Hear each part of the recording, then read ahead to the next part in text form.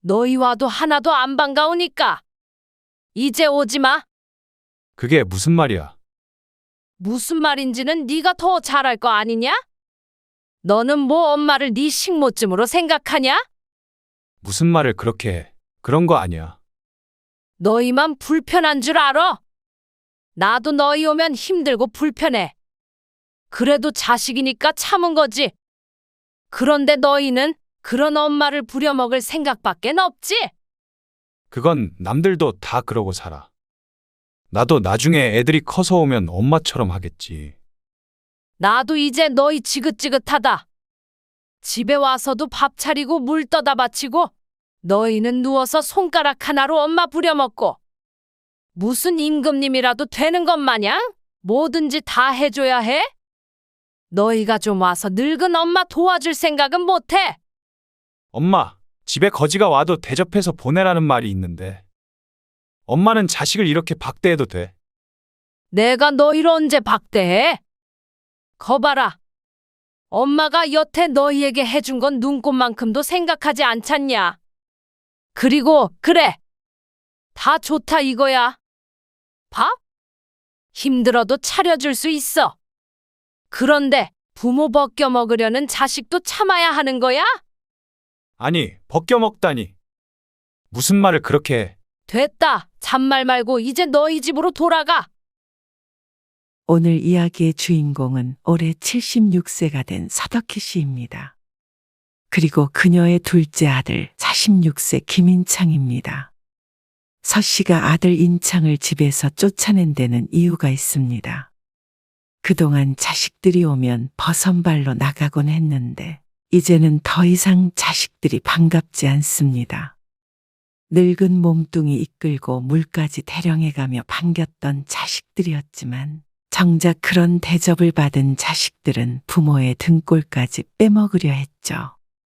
서 씨는 26세에 결혼을 해서 아들을 둘 낳았습니다.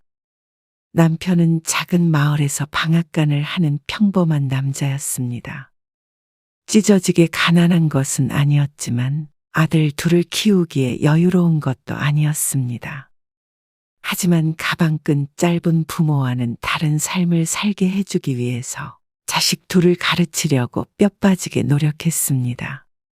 그래서 남들보다 더 많이 해줄 수는 없었어도 남들보다 부족하지 않게 키웠습니다.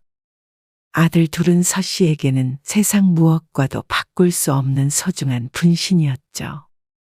하지만 최근에 그 생각이 바뀌었습니다. 이번 명절 때 자식들 온대? 나는 아들만 와. 며느리는? 안 온 지 몇 년 됐어. 서 씨는 이웃들이 대화를 나누는 것을 옆에 앉아서 듣고 있었습니다.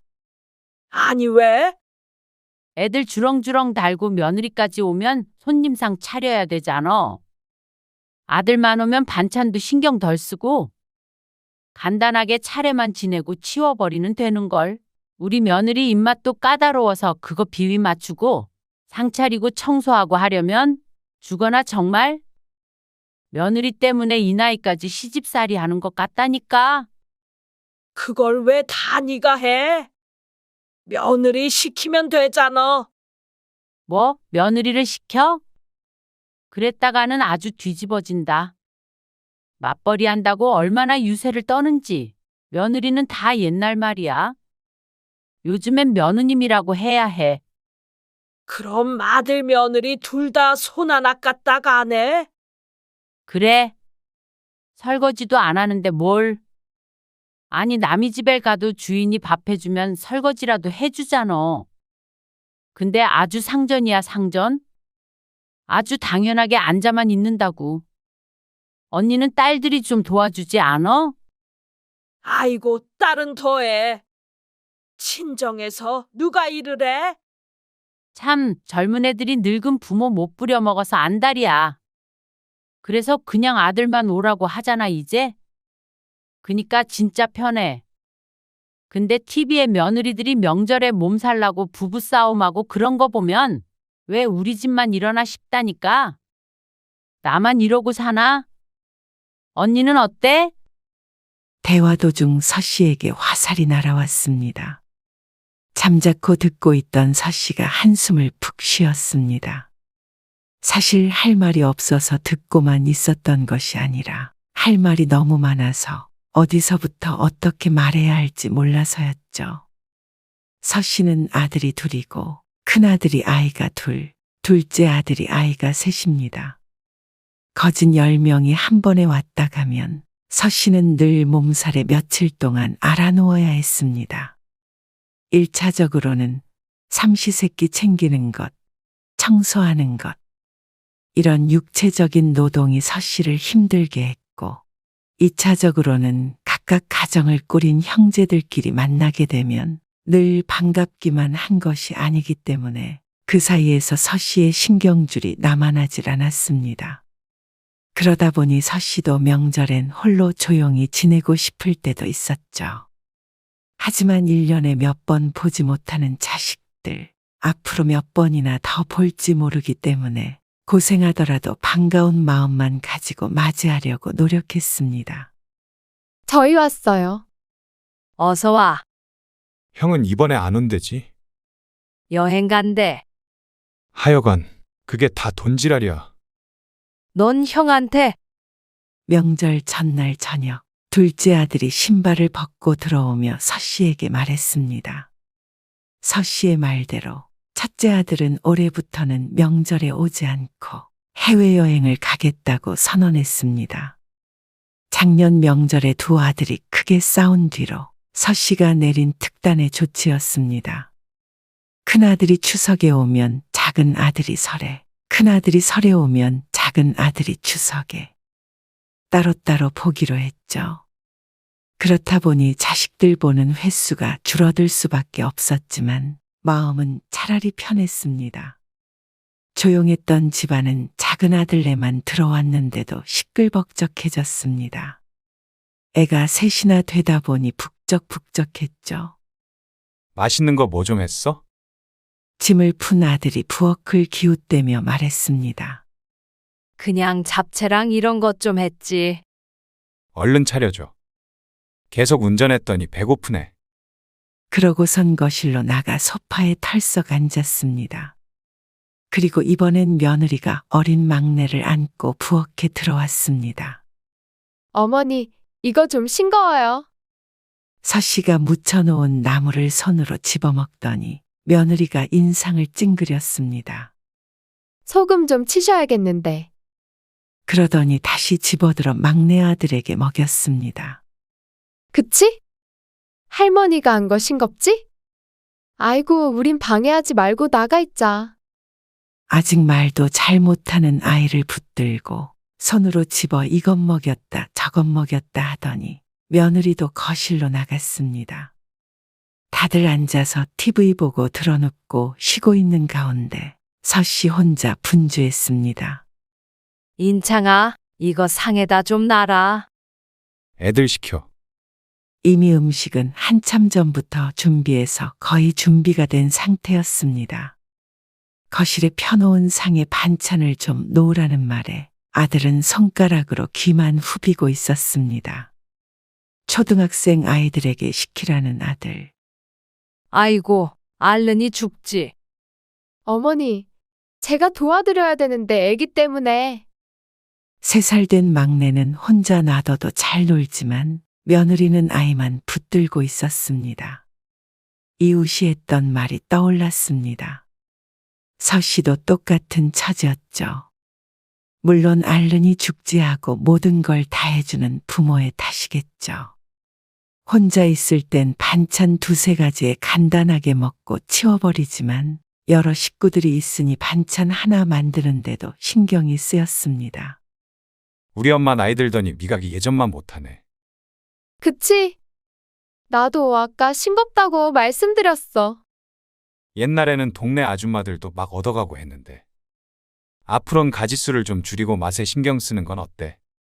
하지만 그걸 자식들이 알아주기라도 하면 다행이었습니다. 고생고생해서 차려주고도 좋은 소리를 못 들으니 그게 억울했죠. 저들끼린 농담처럼 말하지만 듣는 서 씨는 기분이 상할 대로 상했습니다. 너희 그렇게 불만이 많으면 다음부터는 너희가 먹을 건 너희가 챙겨와라. 음식이 짠에 싱겁네 품평을 받고 있자니 화딱지가 났습니다. 내일 쓸 차례 음식 준비하랴, 저녁상 차리랴. 벌써부터 몸져 놓을 것 같은 지 엄마는 생각도 안 하는 아들이 얄미웠습니다. 빈말이라도 고생했다, 맛있다. 이 말이 어렵나 싶었죠. 에이, 어머니. 맛있어요. 애 아빠가 농담한 거예요. 뒤늦게 맘에도 없는 칭찬을 하는 며느리도 똑같이 얄미웠습니다. 사실 아들보다는 며느리 때문에 밥 차리는 게 더 부담이 되었으니 말이죠. 그런데 형은 돈이라도 좀 보냈어? 서 씨의 마음이 상한 것은 작은 해프닝인 듯 웃어넘긴 아들이 물었습니다. 지난주에 상품권 보냈어. 오지 않는 대신에 이것저것 보내준 큰아들이었습니다. 그런데 그게 또 마음에 안 들었는지 작은 아들이 딴지를 걸었습니다. 뭐 또 10만 원, 20만 원짜리 보낸 건 아니겠지? 그건 알아서 뭐 하게. 돈도 많은데 안 왔으면 그런 거라도 챙겨야지. 작은 아들네보다 여유로운 큰아들네. 작년에 싸웠던 이유도 돈 때문이었습니다. 돈 잘 버는 큰아들이 돈을 더 내야 한다는 작은 아들의 말에 큰 며느리가 따지고 들면서 서로 크게 다투게 되었죠. 돈 얘길 뭐 하러 해? 주면 고맙고 안 주면 많은 거지. 어머니. 근데 어머니는 백화점 갈 일 없으시니까 저 올라갈 때 챙겨가도 되죠? 서 씨는 며느리의 말에 그러라고 했습니다. 며느리의 말대로 상품권 쓸 일은 없을 것 같아서 말이죠. 그런데 아들이 용건은 그게 아니라며 다른 말을 꺼냈습니다. 사실 이번에 애엄마가 다시 일하거든. 막내를 낳으면서 일을 그만두었던 며느리였습니다. 경제적으로 여유롭지 않았던 터라 힘들다며 푸념했던 작은 아들이었죠. 근데 애새 키우면서 일하는 게 쉬워? 그렇겠지. 애미가 고생이 많어. 서 씨가 걱정스럽게 말하니 작은 아들이 이때다 싶어 용건을 말했습니다. 이참에 엄마가 올라오는 거 어때? 집이랑 땅 다 팔고. 엄마도 이제 곧 80인데 이 시골에서 언제까지 혼자 지내? 한 번도 생각해 본 적이 없는 제안이었습니다. 서울 올라와서 집에서 애들이나 보면서 편하게 지내면 되잖아. 돈은 우리가 벌고. 하지만 아들네는 자신의 집에서 살라고 했지만 애가 셋이나 있는 집이라 서씨까지 비집고 들어갈 공간이 없었습니다. 그러자 아들이 말했습니다. 엄마 어차피 이 집이랑 방앗간이랑 땅이랑 팔면 돈 좀 나오잖아. 그러면 그거 보태가지고 좀 더 큰 집으로 이사 가면 되지. 가벼운 투로 말하는 아들. 하지만 서씨는 생각하기도 전에 거부감이 들었습니다.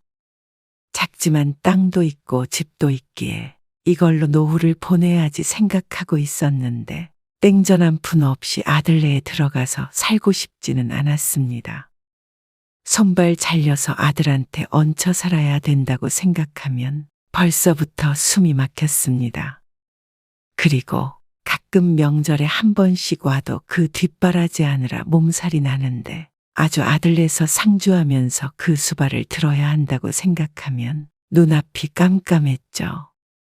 말은 애들이나 보면서 쉬라고 하지만 애들 보는 일이 쉬면서 할 수 있는 일도 아니고 집에 있다 보면 집안일 같은 건 모두 서씨의 몫이 될 텐데 감당할 자신이 없었고 그럴 이유도 없었습니다. 그래서 서씨는 고개를 저었습니다. 됐다. 나는 여기서 사는 게 좋다.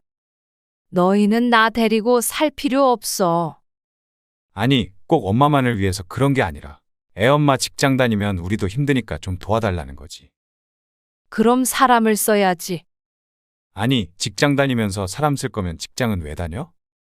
다 그 돈으로 나가는데. 아들이 짜증을 냈습니다. 아들이 무엇을 원하는지는 알겠지만 서씨는 아들의 뜻대로 할 생각이 없었습니다. 명절에 고생하는 것도 가끔이기에 반가운 마음만 갖자 다짐하는 것인데 함께 살면 반가운 마음은 없을 테고 고생만 남게 되겠죠. 너희 수발만 들다 늙어 죽을 일 있니? 참 답답하네. 무슨 수발을 들어. 오히려 엄마가 며느리 수발을 받는 거지. 애엄마도 시집살이 하고 싶겠어? 근데 큰 결심한 거야. 서 씨는 속으로 콧방귀를 꼈습니다. 시집에 와서도 손 하나 까딱 안 하는 며느리가 제 집이라고 시엄마 수발을 들을 것이라곤 생각되지 않았습니다. 큰 결심하지 말어. 너희끼리 잘 살아. 나는 신경 쓰지 말고. 그리고 다른 사람들은 애 키우면서 맞벌이 잘만 하잖냐. 너희도 셋째 낳기 전엔 그렇게 살았잖아. 그건 애가 둘일 때고. 아, 그럼 땅이라도 팔아서 좀 도와줘. 이번엔 금전적으로 도와달라는 작은 아들. 서 씨는 한숨이 나왔습니다. 몇 년 전에 무슨 투자를 잘못했다며 죽는 소리를 했던 아들을 한번 작게 도와준 적이 있었는데 그새 또 손을 벌리는 작은 아들이었습니다. 땅 팔아서 너 주면 엄마는 무슨 돈으로 살아? 그리고 너만 줄 수도 없고 네 형까지 손 벌리면 엄마 빈털터리 만들게. 그러자 아들이 억울해하며 말했습니다. 아니, 형을 왜 줘? 잘 먹고 잘 사는 인간을? 큰며느리의 친정이 부유해서 시집 올 때 서울에 있는 큰 아파트를 하나 해왔는데 그것 때문에 두 아들의 처지가 달라졌습니다. 그 탓에 작은 아들이 늘 불만이 많았죠. 그게 싫으면 그냥 엄마가 정리하고 오라니까. 그러면 엄마 노후 걱정은 없잖아. 왜 자꾸 혼자 살면서 노후가 어쩌고 저쩌고 하는 거야? 남들은 부모 모시기 싫어서 난린데 엄마는 왜 모시겠다고 해도 싫다 그래. 정말 답답하네. 말본새가 참. 이제는 밥도 안 들어가는지 아들은 젓가락을 식탁 위에 탁 하고 올려놨습니다. 그건 서 씨도 마찬가지였습니다. 애써 차린 상이 소용이 없게 됐습니다. 그래도 애들이라도 잘 먹으니 다행이었죠. 아들은 자신의 요구를 들어주지 않는 서 씨에게 화가 났는지 바람 좀 쐬고 오겠다며 일어나서 나가버렸습니다. 그리고 며느리는 막내도 놓고 작은 아들을 따라 나섰죠. 아이들 셋과 밥상 앞에 덩그러니 남겨진 서 씨. 이러니 죽어도 안 간다고 하는 거지. 홀로 상을 치우며 서 씨가 중얼거렸습니다. 그 사이에 막내도 보채는 바람에 치우는 데는 한참 걸렸죠. 아이고 아파라.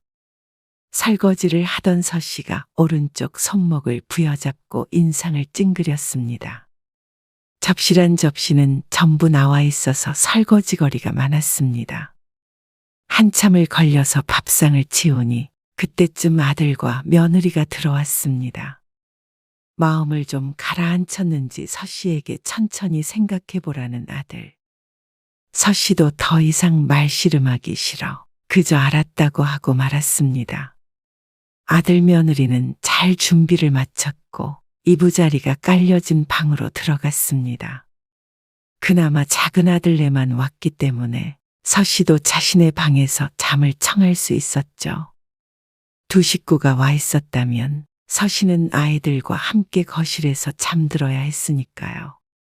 아직 명절 전날이지만 서 씨는 벌써부터 고됐습니다.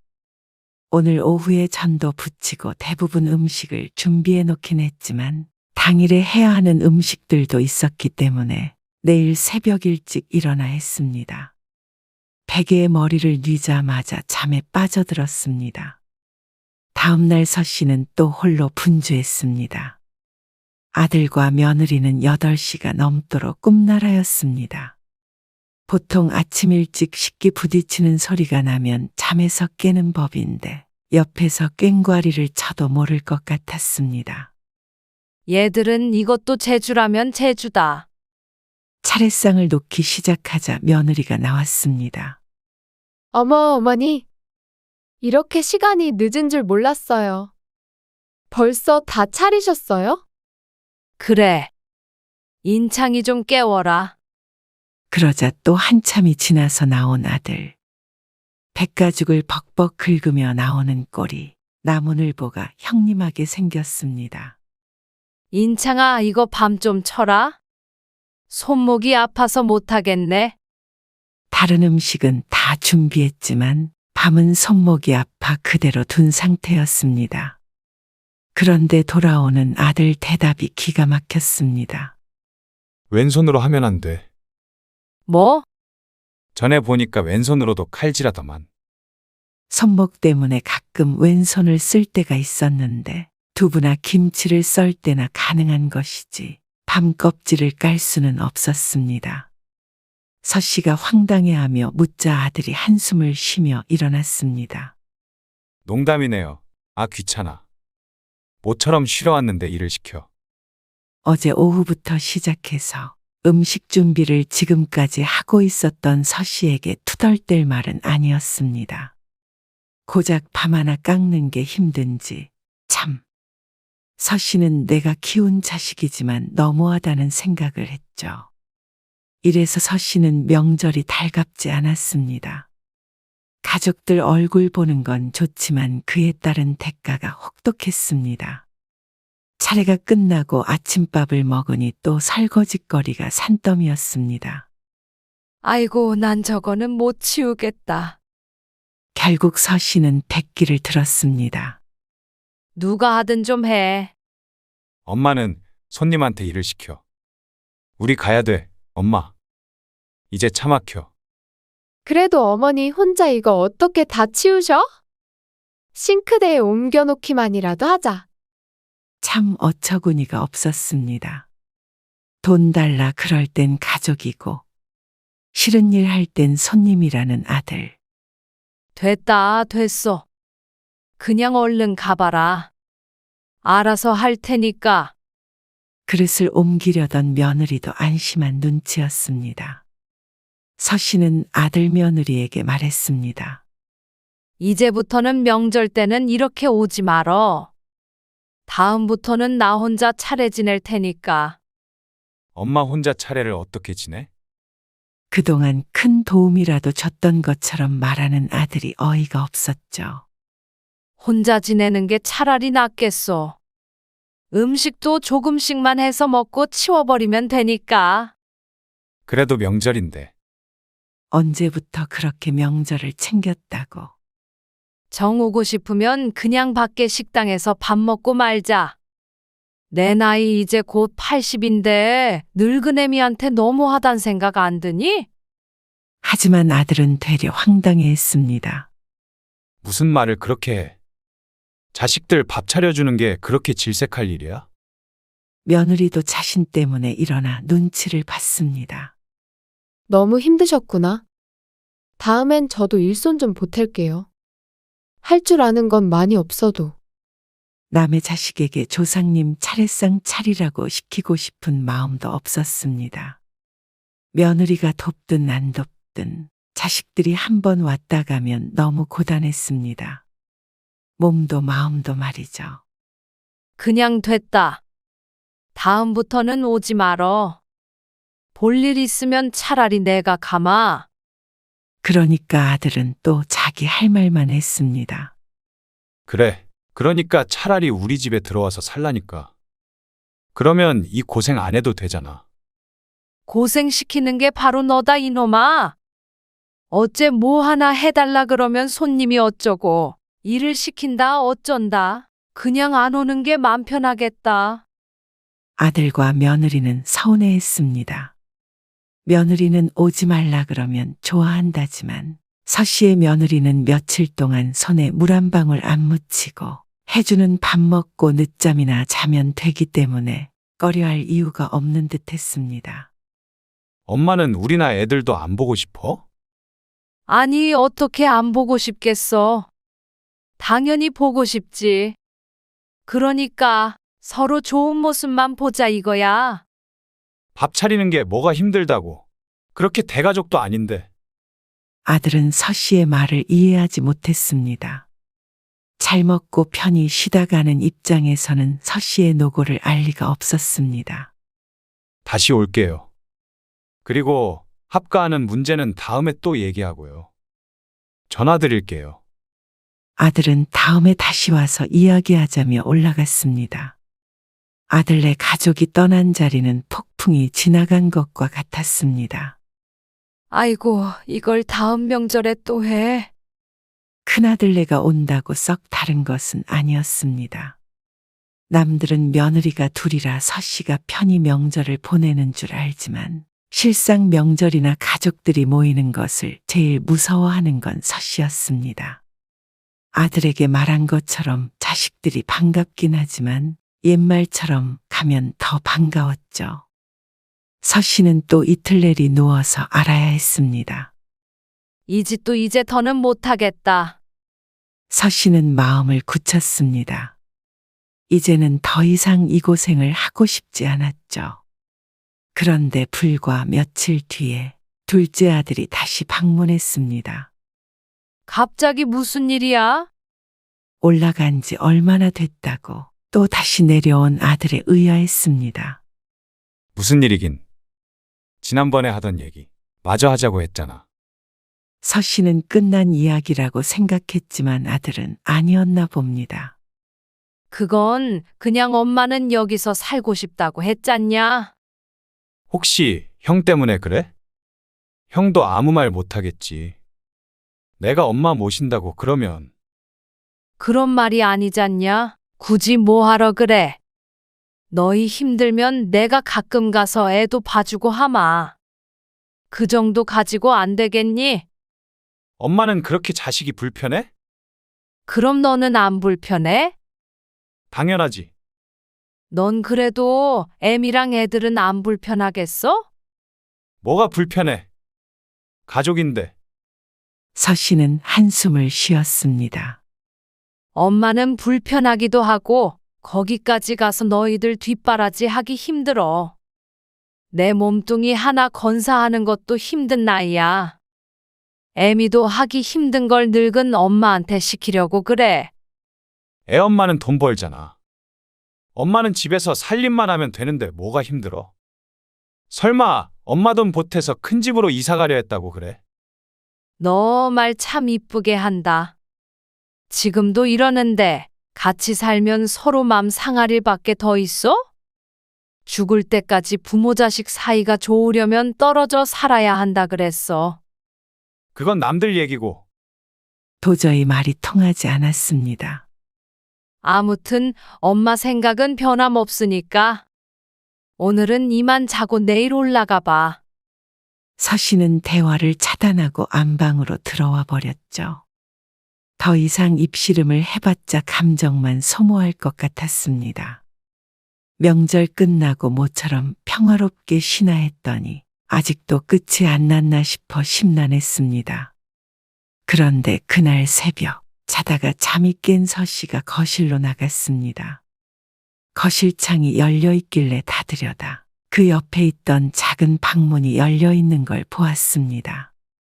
아들이 자고 있는 방이었습니다. 아들 방문도 닫아주려고 다가갔는데 아들이 아직 잠에 들지 않았는지 말소리가 들렸습니다. 누군가와 통화하고 있는 듯 했죠. 아니, 싫다 그러네. 어떡하냐 그럼. 당신이 내일 애들이라도 데리고 내려와 봐. 그래도 엄마가 손주라면 끔찍하게 챙기잖냐. 아들은 며느리와 통화 중이었습니다. 그러니까 당신도 와서 좀 밥상도 차려드리고, 며느리로서 좀 좋은 모습 좀 보여봐. 그래 엄마도 우리랑 사는 걸 긍정적으로 생각할 거 아냐. 뭐 내가 당신한테 뭐라고 하는 게 아니라 큰일을 위해서 당신도 좀 노력해보라는 거지. 그래, 불편해도 좀 참어. 나라고 뭐 이러는 게 좋은 줄 알아? 엄마가 마음 돌려서 여기 정리하고 올라오면 우리도 형처럼 떵떵거리면서 살 수 있는 거야. 글쎄, 모르지. 암만 못해도 이 3억은 나오지 않겠어? 서씨는 자신이 무슨 얘기를 들었나 했습니다. 아들이 자신과 살고 싶어서 합가를 제안한 게 아니라는 것쯤은 알고 있었지만 며느리와 작당 모의를 하고 있는 것을 보니 기분이 바닥으로 곤두박질 쳤습니다. 서 씨는 부글부글 끓는 속을 달래려 했습니다. 새벽이라 운전하고 가기도 힘들 테니 아침에 다시 이야기해야 할지 아니면 이 문을 열고 들어가야 할지. 그리고 당신도 엄마가 집안 살림 다 해주고 애도 키워주면 좋지. 뭐. 안 그래? 그래.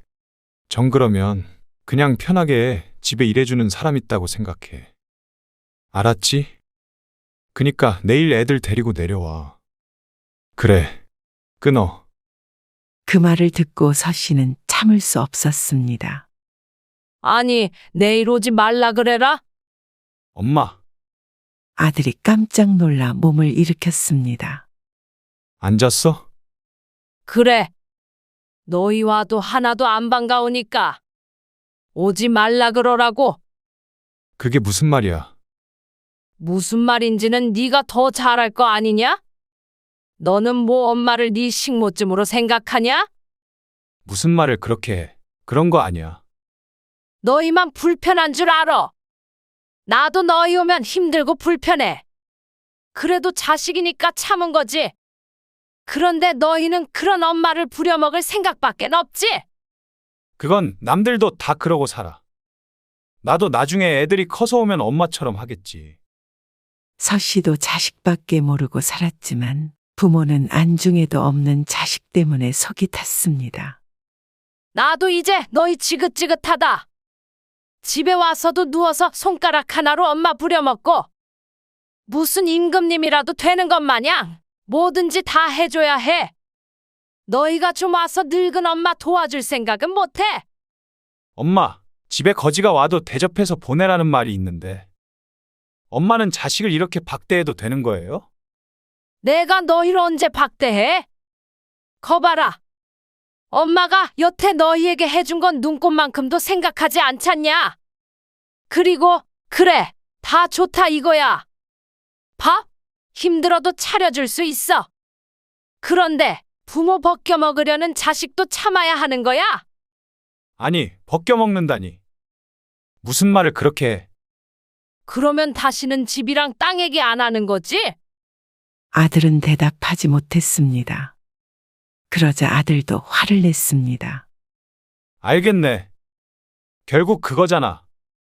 우리랑 살기 싫다는 게. 내 말이 맞았네. 돈 때문인 거잖아. 그래. 그런 걸로 하자. 무슨 말이 그래? 너는 이제 너희 집에 돌아가 봐라. 뭐? 지금 이 시간에? 새벽이야. 그래. 차 안 막히고 좋겠네. 아들이 손을 부들부들 떨며 말했습니다. 정 같았으면 이쯤에서 서 씨도 좋게 마무리했겠지만 서 씨도 상심이 컸습니다. 엄마, 이렇게 나 보내고도 엄마 마음이 편하겠어? 그래. 네가 가야 엄마가 발 뻗고 잠자겠다. 우리가 부모 자식 사이니까 안 보고 살 순 없겠지만 나중에 내 마음이 좀 풀리면 바깥에서 밥이나 한 끼씩 먹고 헤어지고 그렇게 살자. 서로 불편하게 부대끼면서 살 건 뭐 있어? 후회 안 해? 후회 안 해? 어서 짐 싸. 내려오지도 말어. 엄마도 너희 집엔 안 갈 테니까. 아들은 이렇게까지 해야 하냐며 서 씨를 다그쳤지만 서 씨는 끝내 아들을 돌려보냈습니다.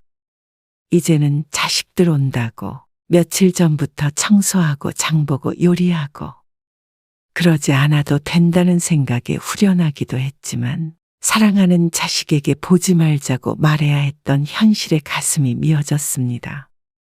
하지만 부모가 무엇이든 받아주기만 하니 자식들은 그것이 당연한 줄 알기에 똑바로 이야기해 줬어야 했습니다. 한쪽이 참기만 하는 관계는 골마버리기 마련인지라 이렇게 깔끔하게 도려내버려야 나중에 새살이 돋지 않겠습니까? 서 씨는 눈물을 훔치면서도 아들에게 다시 문을 열어주지 않았습니다. 아들의 차는 새까만 새벽녘 서 씨의 집을 떠났습니다.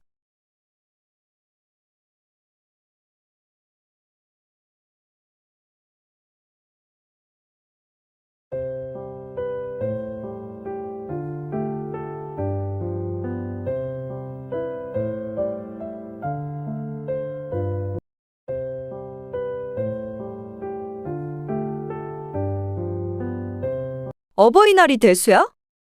무슨 날 같은 것 좀 다 없앴으면 좋겠다. 보게 되면 보는 거고 말면 마는 거지. 너는 시부모님 생신이라고 모시고 제주도 여행도 다녀오잖아. 그건 시부모님이니까 그렇지. 너는 그럼 시부모님한테 생신 좀 없앴으면 좋겠다고 그렇게 말하니? 그럴 리가 있어. 그런데 왜 엄마한테는 말을 그렇게 해? 엄마니까 이런 얘기도 할 수 있는 거 아니야? 그러니까 나한테 제발 집착 좀 그만해. 엄마가 딸 보고 싶어 하는 게 집착이야? 그렇잖아. 거기에 맞춰주지 않으면 엄마는 서운해하고. 그럴 때마다 난 엄마한테 미안한 감정 들어야 되고.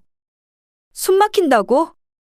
부모들은 왜 자꾸 결혼한 자식들을 못 만나서 안달인 거야? 그야 보고 싶으니까 그렇겠지. 그리고 너랑 내가 만나봤자 얼마나 만난다고. 한두 달에 한 번이나 보니? 부모 자식이 그 정도도 못 보고 살아야 해? 그래, 그런 게 싫다고. 그냥 명절 때나 한 번씩 보면 되잖아. 나도 내 인생 살게 좀 냅둬.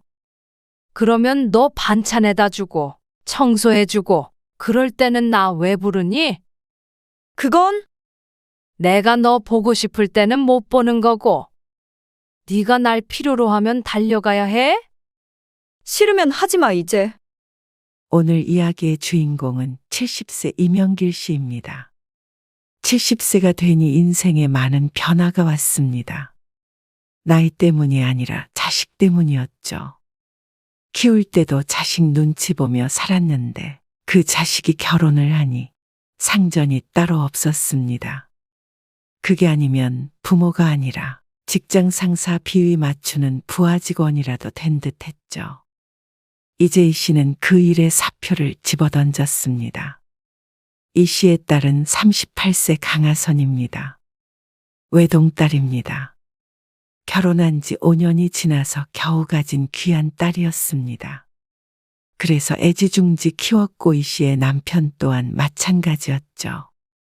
둘째는 생기지 않았기 때문에 모든 애정을 딸 하선에게만 쏟아부었습니다.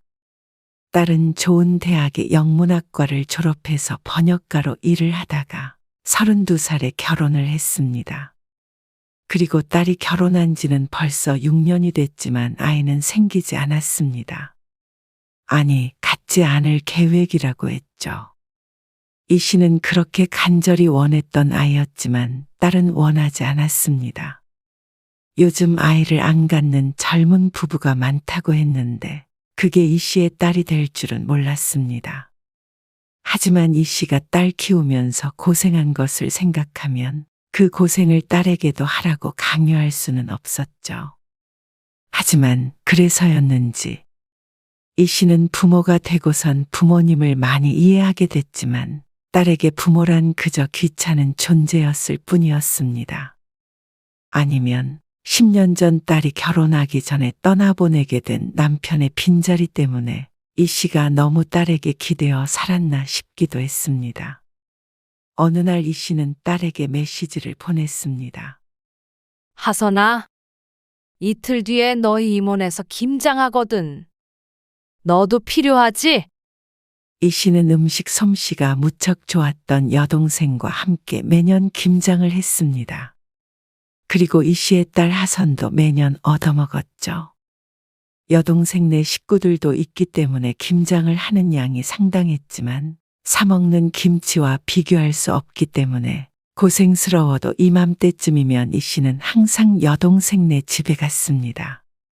그리고 김장이 끝나면 이 씨가 냉장고에 가지고 있다가 딸이 찾아가곤 했는데 그 많은 김치를 몇 날 며칠 보관하고 있는 것도 일이다 보니 올해부터는 김장이 끝나면 바로 딸 집에 가져다 주려고 했습니다.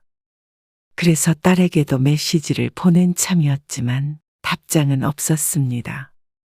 일거리가 있을 때만 집에서 일을 하기 때문에 딸은 항상 집에 있었는데 어째 메시지를 보내면 제깍제깍 답장을 하는 법이 없었죠. 지난달에 이맘때쯤 한다고 얘기를 했는데도 귀담아 듣지 않았을 게 뻔해서 다시 한번 전화를 했습니다. 왜? 전화 받는 예의하고는 왜긴 왜야? 너 엄마 메시지 못 봤어? 못 봤는데, 왜? 금요일에 김장한다고. 너 김치 줘야 할 거 아냐? 아, 벌써 해? 그래. 그날 집에 있지? 김장 끝나고 집에 가는 길에 너희 집에 가져다 줄까 하는데, 아, 금요일에. 왜? 그냥 가지러 갈게. 나중에. 냉장고에 넣어놓을 데가 마땅치가 않아서. 너 집에 없니? 요즘 일 없다며. 그건 그런데. 가는 길에 보쌈 해먹을 고기도 한 근 사다 줄게. 아니면 밥 한 끼 같이 먹던가. 맛있는 거 사줄게. 아니, 밥은 됐고. 일단 알았어. 그렇게 전화를 끊었는데 이 씨는 잠시 생각에 잠겼습니다. 딸의 목소리에 자신의 방문을 꺼리는 듯한 느낌을 받았기 때문이었죠. 그래서 그냥 편할 때 오라고 다시 연락하려고 휴대폰을 들었는데 바로 딸에게서 전화가 왔습니다. 엄마, 그냥 내가 다음에 갈게. 아니나 다를까. 다음에 자신이 오겠다며 금요일에는 오지 말라는 딸이었습니다. 금요일에 김서방도 집에 있고. 좀 그러네. 김서방 금요일에 집에 있어? 응, 엄마 냉장고에 자리 없어서 그러는 거면 그냥 경비실에 맡기는 건. 좀 그런가? 경비실에 놓고 가는 게 어떻겠냐는 딸의 말에 기분이 조금 상했습니다. 집에 없는 것도 아니고 말이죠. 경비실? 아니면 가지고 갈 테니까 네가 잠깐 내려올래? 그것도 좀 그렇지. 김서방도 신경 쓰일 거고. 근데 잠자코 딸의 말을 듣고 있자니 이 씨는 자신이 무슨 죄라도 지었나 싶었습니다.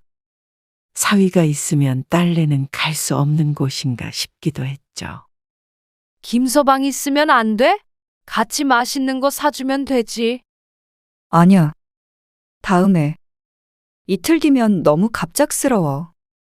그럼 뭐 일주일 전에 예약이라도 해야 하니? 잠깐만 주고 가는 건데 너희는 아무 때나 시간 될 때 오잖아. 자신도 모르게 투덜댔는지 딸이 난감한 기색이었습니다. 그게 아니라. 나도 시어머니 갑자기 오시는 거 싫은데 사위도 싫을 거 아냐. 그래, 알았어. 전화를 끊고 조금 서운하기도 했지만 반대로 생각해보면 이해 못할 것도 아니었습니다. 만약 자신도 시어머니가 이틀 뒤에 오신다고 하면 어떻게 대접을 해야 하나 신경을 쓰일 테니까 말이죠. 그리고 자신이 너무 주책스러웠나 싶었습니다. 결혼한 딸 집을 너무 편하게 생각했나 걱정이 됐죠. 전화를 끊은 뒤에도 신경이 쓰여서 딸에게 메시지를 남겼습니다. 김치는 냉장고에 넣어 놓을 테니까. 신경 쓰지 말고 너 편할 때 와. 딸에게서 답장은 도착하지 않았습니다. 이 기집애는 답장을 하는 법이 없어. 그동안 딸과 메시지를 나눴던 내용을 보니 자신만 일방적으로 딸에게 연락을 하고 있었습니다. 딸은 가뭄에 콩나듯 가끔씩 필요한 대답만 하는 정도였습니다. 그래 서운해하면 뭐하냐. 부모는 자식을 영원히 짝사랑하는 거지. 애써 마음을 다잡았습니다. 그리고 얼마 뒤 딸에게서 다시 전화가 왔습니다. 엄마, 오늘 김서방 출장 갔거든. 김치 좀 갖다 줘. 네가 온다며? 차도 없어서 힘들어. 무겁잖아. 그리고 온 김에 자고 가면 되지. 그러자 조금 설레는 기분이 들었습니다. 사위 없이 오랜만에 딸이랑 단둘이 있을 생각을 하니 말이죠. 그래? 그럼 김서방 무슨 반찬 좋아하지? 가는 김에 반찬도 좀 해가야지. 메시지로 보낼게. 그래, 그래. 이 씨는 분주하게 준비해서 3시간 뒤 양손 가득 짐을 들고 딸의 집으로 출발했습니다. 멀지 않은 거리라 금방 도착했죠. 뭘 이렇게 많이 들고 와? 너무 무겁다. 땀이 삐질 흘렀습니다. 이것 좀 집어넣어. 엄마가 좀 넣어줘. 냉장고에 자리 만들어야 해. 또 그렇게 냉장고 꽉꽉 채워놓고 사니? 이 씨가 냉장고 문을 열어보자 식재료가 금방이라도 쏟아질 듯 했습니다. 너는 이게 뭐야? 다 썩은 걸 쓰레기를 차갑게 보관하려고 여태 넣어놔? 이 씨가 냉장고 정리를 하며 한마디 하자 딸이 대답했습니다. 엄마, 잔소리할 거면 그냥 하지 마. 맨날 사놓기만 하고 뭘 해먹지를 않으니까 그렇지. 직장 다니는 것도 아니고 김서방이 보면 뭐라고 안 해? 뭐라고 하긴. 김서방도 똑같이 안 하는데. 아이고, 그리고 엄마 오면 다 해주는데 뭘. 온 김에 이것저것 살림 좀 해줘. 자랑이다. 이 씨는 투덜거리면서도 부지런히 몸을 움직였습니다. 예전 같았으면 살림을 이렇게 하면 시어머니한테 홍군형이 났는데 요즘은 또 그렇지도 않은 세상인가 보다 했습니다. 그래도 사람 사는 집골은 만들어 놔야 했기 때문에 이 씨는 화장실 청소까지 했습니다. 엄마, 이제 그만해. 배고프다. 고기 삶아줘. 아구고 아구고. 엄마도 배고프다. 이것만 마저 할 테니까 고기는 네가 삶아봐. 내가? 나 못해. 고기를 왜 못 삶아? 물에다 넣어놓기만 하면 되는데. 그럼 그거 하고 엄마가 해줘. 아무것도 못하는 바보천치로 키운 자신의 잘못이었습니다. 근데 너 시댁에서는 애기 안 갖는다고 뭐라고 안 하시니? 이 씨가 손을 부지런히 놀리며 말했습니다. 이미 늦었지. 내 나이가 몇인데. 그리고 무자식이 상팔자라잖아. 태평하게 대답하는 딸. 엄마도 나 키울 때 힘들었잖아. 나는 엄마처럼 그렇게 할 자신이 없어. 당연히 힘들었지. 자식 키우는 게 쉽겠어? 그래도 난 너 키우면서 매 순간 행복했어. 너 안 낳았으면 어떻게 살았을까 싶어. 개인적으론 너도 그런 행복 느껴봤으면 좋겠고. 근데 엄마, 그게 포인트야. 힘들다는 거. 에휴 그래. 네가 싫다는데 어쩌겠냐? 자신이 이해하고 안 하고의 문제는 아니었기 때문에 더는 말하지 않았습니다. 아, 나 2주 뒤에 제주도 가. 제주도? 갑자기 무슨 제주도? 아, 다음 주에 시어머니 생신이라서. 딸의 말을 듣자 가장 처음 든 감정은 서운함이었습니다. 나이가 들었는지 왜 자꾸 서운한 감정만 늘어가는지 모르겠습니다. 자신도 그러고 싶지 않았지만 옹졸해지는 마음을 어찌할 수 없었습니다. 딸이 결혼한 지 몇 년 됐지만 아직 딸과 사위가 이 씨를 데리고 가까운 데라도 여행 간 적이 한 번도 없었으니 서운할 수밖에요. 그리고 2달 전에는 이 씨의 생일이었는데 말이죠. 그래, 재밌겠네. 제주도. 사실 이 씨는 제주도에 가본 적이 한 번도 없어서 예전에도 딸에게 제주도에 가고 싶다고 말을 했던 적이 있었는데 딸이 그걸 기억이나 하고 있을지 몰랐습니다. 그런 이 씨의 표정을 보았는지 딸이 말했습니다. 엄마도 가고 싶어? 엄마는 다음에 데려가 줄게. 가고 싶긴. 재밌게 놀다 와. 시부모님이랑 좋은 시간 보내고. 이 씨는 태어난 척 대답했습니다. 그래도 맘속으로는 서운함 반 기대 반이었죠. 그런데 이건 서운한 축에도 못 꼈습니다. 청소를 마치고 막 음식을 준비하려는데 딸의 휴대폰이 진동했습니다. 그러자 딸이 바로 휴대폰을 열어보았습니다. 저 기집애는 내 메시지만 못 본 척 한다니까. 메시지를 확인한 딸이 말했습니다. 엄마, 김서방한테 메시지 왔는데. 일이 일찍 끝나서 늦더라도 오늘 온다네. 그래? 그러면 기다렸다가 같이 먹자. 이미 저녁 때가 지났지만 그래도 일하고 오는 사위만 빼놓고 밥을 먹을 수는 없었습니다. 그런데 딸이 한 말에 기가 막혔죠. 엄마도 같이 먹으면 불편하지 않아? 고기 좀 잘 나가서 집에서 편하게 먹어. 이 씨를 위해서 하는 말 같았지만 그 말 뜻은 결국 이만 집에 가보라는 것이었습니다. 지금? 지금 8시가 넘었는데. 집에 가는데 오래 안 걸리잖아. 에이, 사위 오는데 서로 눈치 보일까봐 가라는 거니까 서운해하진 말고. 누가 장모님이 집에서 자고 가는 걸 좋아해? 결국 오늘 이 씨가 딸의 집에 와서 한 것은 김치 정리해주고 청소해준 것 뿐이었습니다.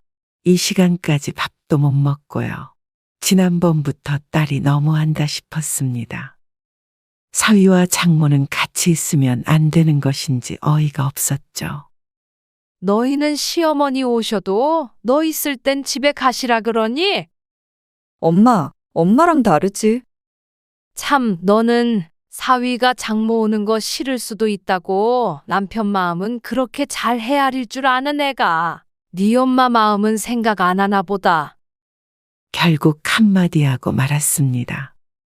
쪼잔한 엄마가 되고 싶지 않아 참았는데 그동안 서운했던 감정이 쌓이니 입은 이미 말을 내뱉고 난 후였습니다.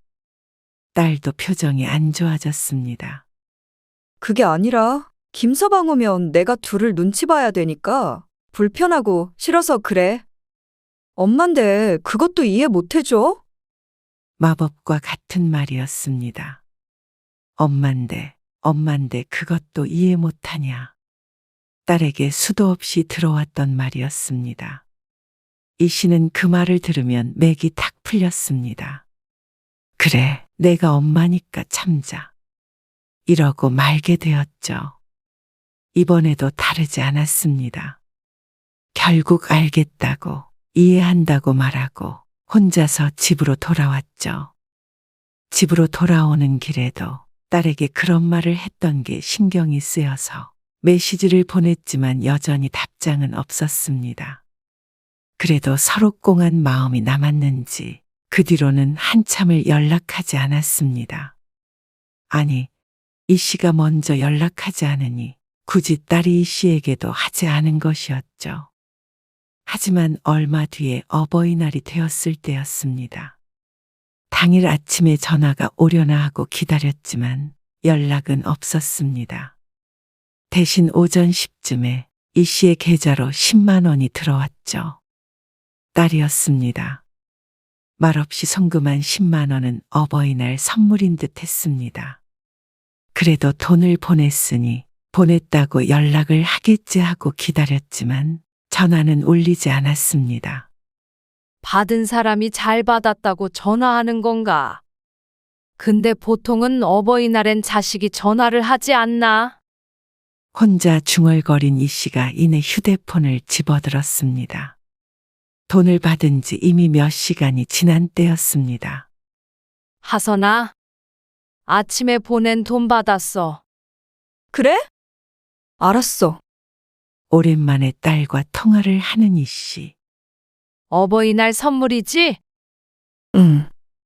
고마워. 잘 쓸게. 근데 무슨 돈을 보냈어? 너 부담스럽게. 앞으로는 돈은 안 줘도 돼. 마음만 받을게.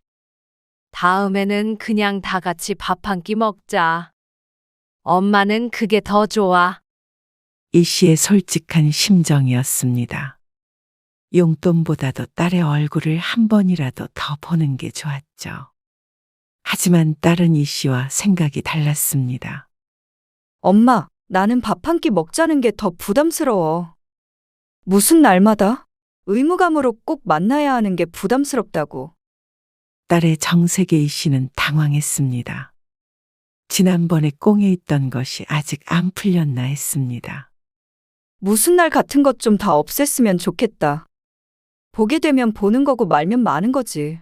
생일, 어버이날, 명절, 일일이 챙기느라 힘들어 죽겠어. 그런데 어버이날 전화했더니 이런 말까지 들어야 하나 싶었습니다. 너는 시부모님 생신 때 모시고 제주도 여행도 다녀오잖아. 그건 시부모님이니까 그렇지. 너는 그럼 시부모님한테는 생신 좀 없앴으면 좋겠다고 그렇게 말하니? 그럴 리가 있어? 그런데 왜 엄마한테는 말을 그렇게 해? 자신이 딸의 나쁜 감정을 버리는 쓰레기통이라도 되는 듯 했습니다. 엄마니까 이런 얘기도 할 수 있는 거 아니야? 그렇잖아. 그런 날마다 만나고 밥 먹고 선물 사주고 그런 게 다 부모가 자식한테 집착해서 그런 거야. 그러니까 엄마도 이제 나한테 제발 집착 좀 그만해. 딸의 말이 너무 가슴이 아팠습니다. 엄마가 딸 보고 싶어 하는 게 집착이야? 감정이 북받쳤습니다. 거기에 맞춰주지 않으면 엄마는 서운해하고 그럴 때마다 난 엄마한테 미안한 감정 들어야 되고 숨 막힌다고? 부모님들은 왜 자꾸 결혼한 자식들을 못 만나서 안달인 거야? 그야 보고 싶으니까 그렇겠지. 그리고 만나봤자 얼마나 만난다고. 한두 달에 한 번이나 보니? 부모 자식이 그 정도도 못 보고 살아야 해? 그래, 그런 게 싫다고. 그냥 명절 때나 한 번씩 보면 되잖아. 나도 내 인생 살게 좀 냅둬. 하지만 이 씨도 할 말은 있었습니다. 그러면 너 반찬에다 주고, 청소해주고, 그럴 때는 나 왜 부르니? 그건 내가 너 보고 싶을 때는 못 보는 거고, 네가 날 필요로 하면 달려가야 해? 싫으면 하지 마, 이제. 딸이 하는 말에 충격을 받은 이 씨는 어떻게 전화를 끊었는지도 기억이 나지 않았습니다. 멍한 와중에도 눈물이 찔끔 났습니다. 드라마를 보면 어머니들이 머리에 수건 묶고 드러눕는데 그 심정이 이해가 갔습니다. 알아 눕는다는 게 이럴 때 쓰는 표현인 것 같았습니다. 슬프고 서운하고 힘이 없어서 밥도 제대로 넘어가지 않았습니다. 딸의 말을 몇 번이나 곱씹어 보았습니다. 자신이 딸에게 서운한 마음이 쌓인 만큼 딸도 그렇겠죠. 이 씨는 엄마로서의 감정을 내려놓고 생각해 보려고 노력했습니다. 자신이 딸을 너무 사랑해서 한마디 한마디의 의미를 부여하고 상처받고 하는 것이 문제인 듯 했습니다. 따지고 보면 딸이 하는 소리가 이 씨에게 비수 같아서 그렇지 틀린 말은 아니었기 때문입니다. 하지만 누구라도 딸에게 그런 말을 들으면 상처받지 않았을까요? 그렇게 시름시름 하는 와중에 여동생에게서 전화가 왔습니다. 목소리가 왜 그래? 무슨 일 있었지? 그래서 딸과 나누었던 대화를 들려주고 이 씨가 여동생에게 물었습니다. 너도 내가 하선이한테 너무 집착하는 것 같아? 그러자 말없이 듣고 있던 여동생이 조심스럽게 했습니다. 언니가 하선이 끔찍하게 생각하는 거 누가 몰라. 그리고 어떤 부모가 안 그러겠어. 그리고 말이야. 사실 우리 딸이 전에 한번 하선이 만난 적 있는데 언니 얘길 그렇게 하더래. 귀찮아서 전화번호도 바꿔버리고 싶을 때가 있다고 말이야. 딸의 이야기를 들려주는 여동생. 얼마나 전화를 자주 하길래 그래? 그냥 일주일에 한두 번, 뭐 챙겨주고 그럴 때나 전화하지. 시도 때도 없이 한 적 없어. 그러자 여동생이 혀를 차며 말했습니다. 언니 아직도 하선이네 가서 살림해주고 그러지? 반찬도 막 해다 바치고 말이야. 그러지 말어. 뭐하러 사서 고생하고 사서 상처받아. 나는 그냥 우리 딸 고생할까봐. 근데 그 정도 고생 안 하고 살면 안 되겠더라. 나도 그래서 재작년에 수영이랑 대판하고 생각을 바꿔 먹었잖아. 우리 딸은 내가 해준 반찬 몰래 버리다가 딱 걸렸어. 그래놓고 내가 뭐라고 했더니 누가 해주라고 했냐고 나한테 지가 화를 내더라고. 그러면서 지 필요할 때만 불러서 고생시키고 말이야. 맨날 애기 맡기고 지들끼리 놀러 다니고. 자식들이 다 똑같지? 우리가 너무 오냐오냐 키워서 그래. 그런다고 자식들은 고맙다고 생각 안 해. 언니도 이제 좀 딸내미한테서 졸업해. 내가 그 뒤로 딸한테 신경 딱 끄니까 세상 편하고 좋더라. 나를 종처럼 부리던 상전 없어졌으니까 얼마나 좋아. 여태 내가 왜 그러고 살았나 싶더라니까. 이제는 암만 부탁해도 절대 애도 안 봐줘 나는. 언니도 눈 딱 감고 그렇게 해봐. 삶이 달라져? 여동생의 말대로 이 씨도 이제 정말 자식에게서 졸업할 때가 된 것 같았습니다.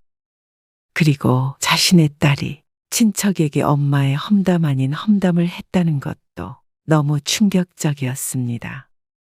그리고 자기 인생 좀 살라는 딸에게 뭘 더 어찌할 수도 없었죠.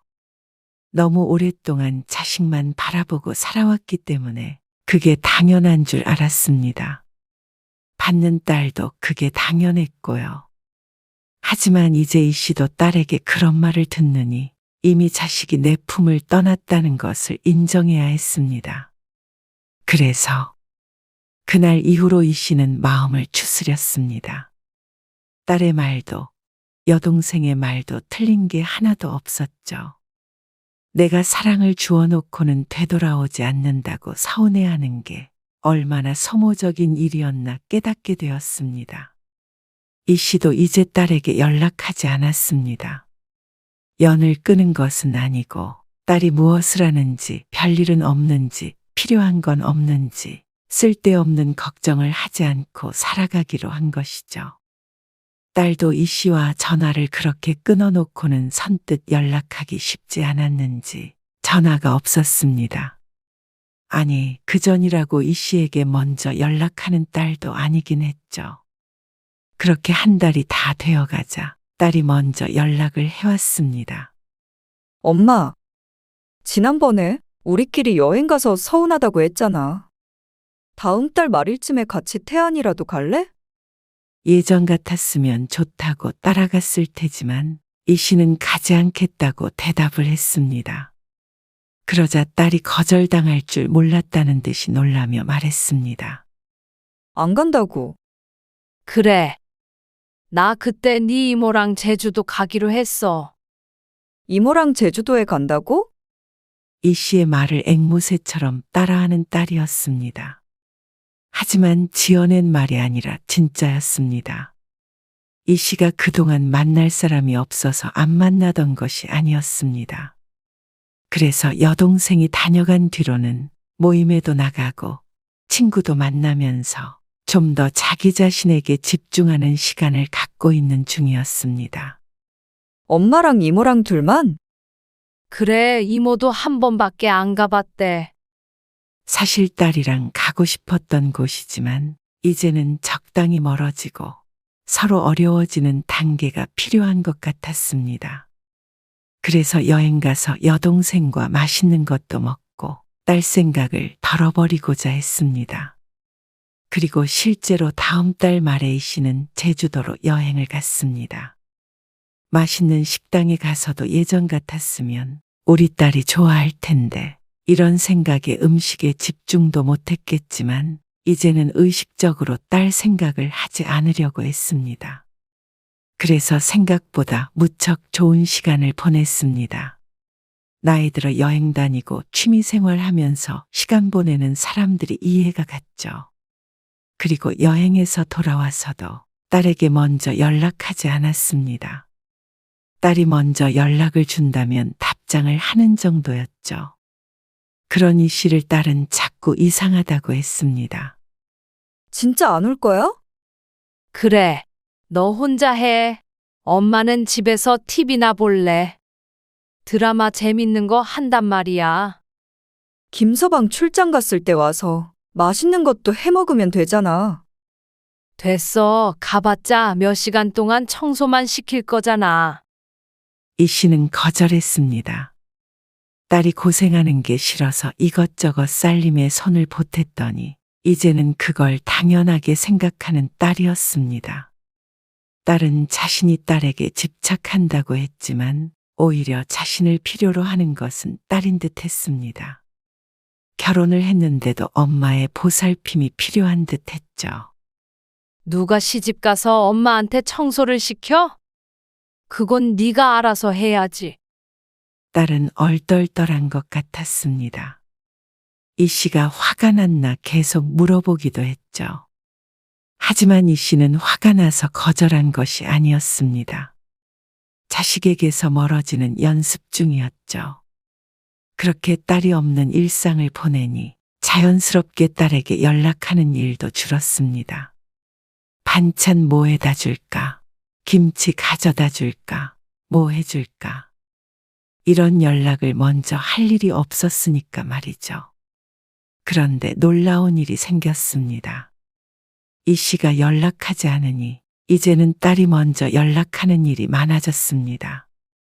하지만 이 씨는 바쁘게 지내느라 중요하지 않은 용건은 답장하지 않을 때도 있었습니다. 딸이 했던 것처럼 말이죠.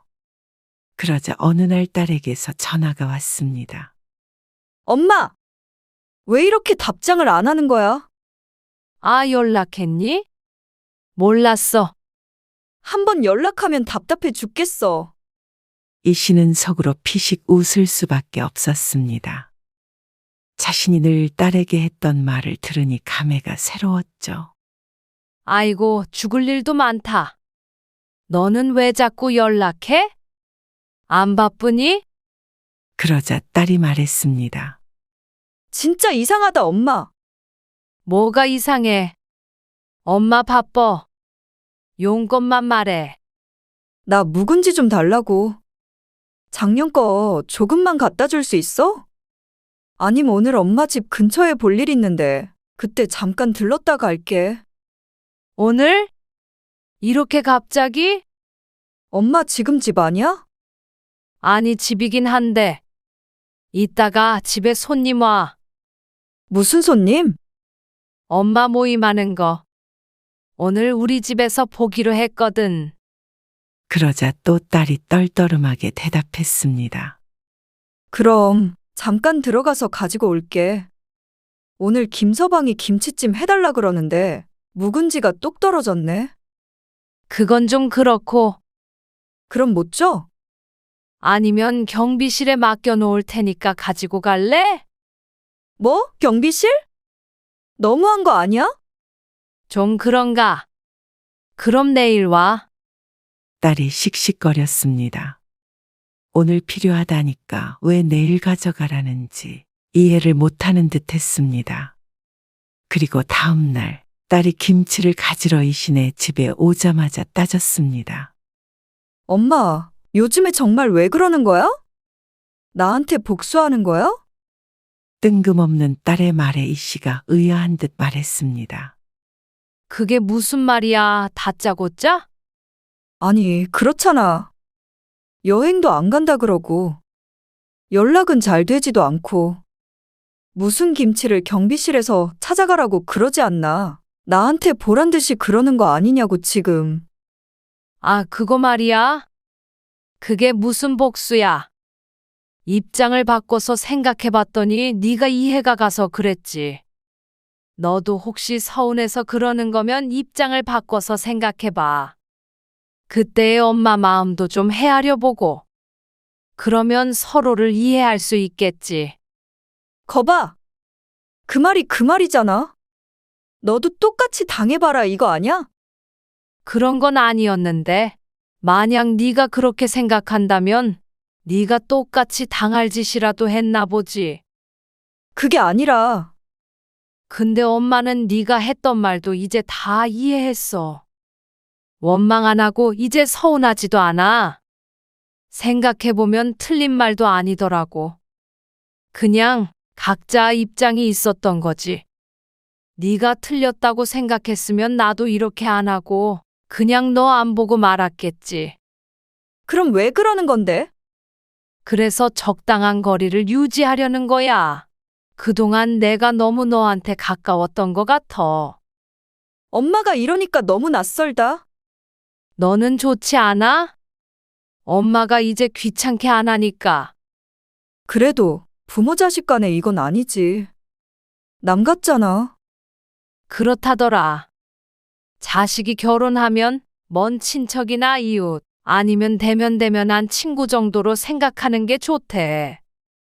그래야 서로의 관계에 더 도움이 된다는 거지. 우리가 30년 넘게 붙어 살았잖아. 근데 네가 내 품에서 떠난 줄도 모르고 나는 빈자리만 끌어안고 살았던 거지. 근데 얼마나 좋니? 엄마가 네 말대로 너한테 집착을 안 하니까 네가 이렇게 엄마를 네 발로 찾아오고 말이야. 이 씨의 말이 맞았습니다. 이 씨는 결혼 후에도 딸의 뒷바라지를 하며 딸을 도와주고 챙겨주는 게 행복해서 그랬지만 그게 부모의 욕심이고 허상일 뿐이었습니다.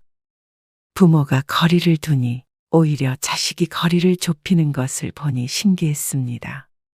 그렇지만 이 씨는 오히려 다시 한 발짝 물러났습니다.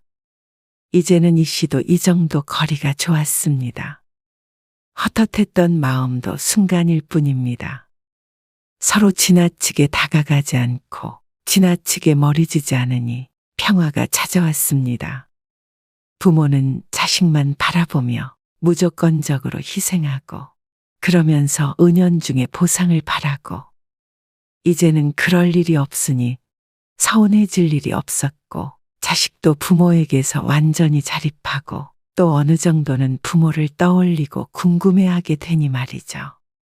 부모 자식 간도 연인과 마찬가지로 지지고 볶고 싸우고 토라지고 할 것이 아니라 이 거리를 찾는 것이 가장 중요하다는 것을 이 씨는 이제서야 깨달았습니다.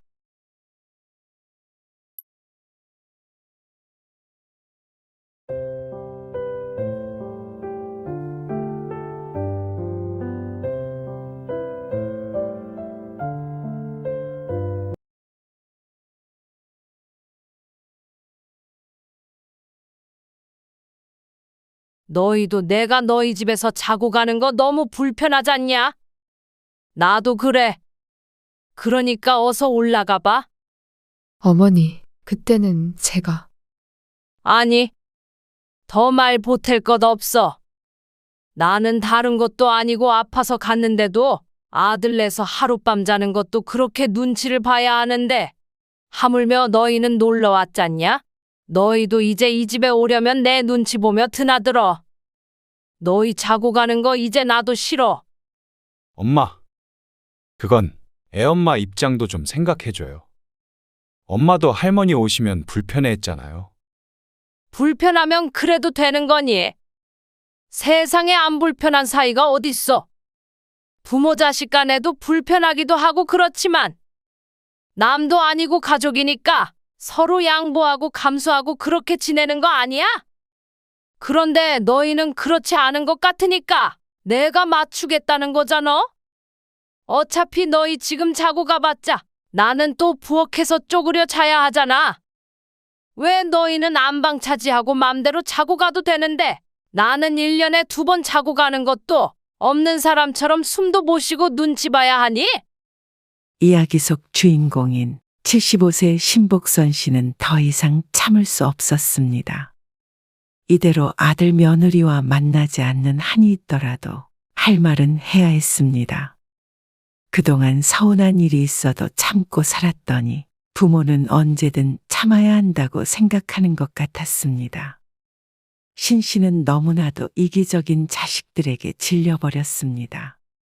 이제 자신이 부모인 죄로 희생할 가치가 없다고 생각했습니다. 부모에게 받을 줄만 알고 줄 줄은 모르는 자식은 부모라면 그저 불편하고 거추장스러운 존재로만 여겼습니다. 신 씨도 부모이기 전에 사람인지라 불편함이 무엇인지도 알고 싫은 건 거절할 줄도 압니다. 하지만 그 대상이 자식이라면 손해를 보더라도 참고 산 것이었죠. 신 씨는 자식이 둘입니다. 올해 47세가 된 아들 임성배와 42세 딸 임성주입니다. 그리고 남편은 자식들이 어릴 때 세상을 떠났습니다.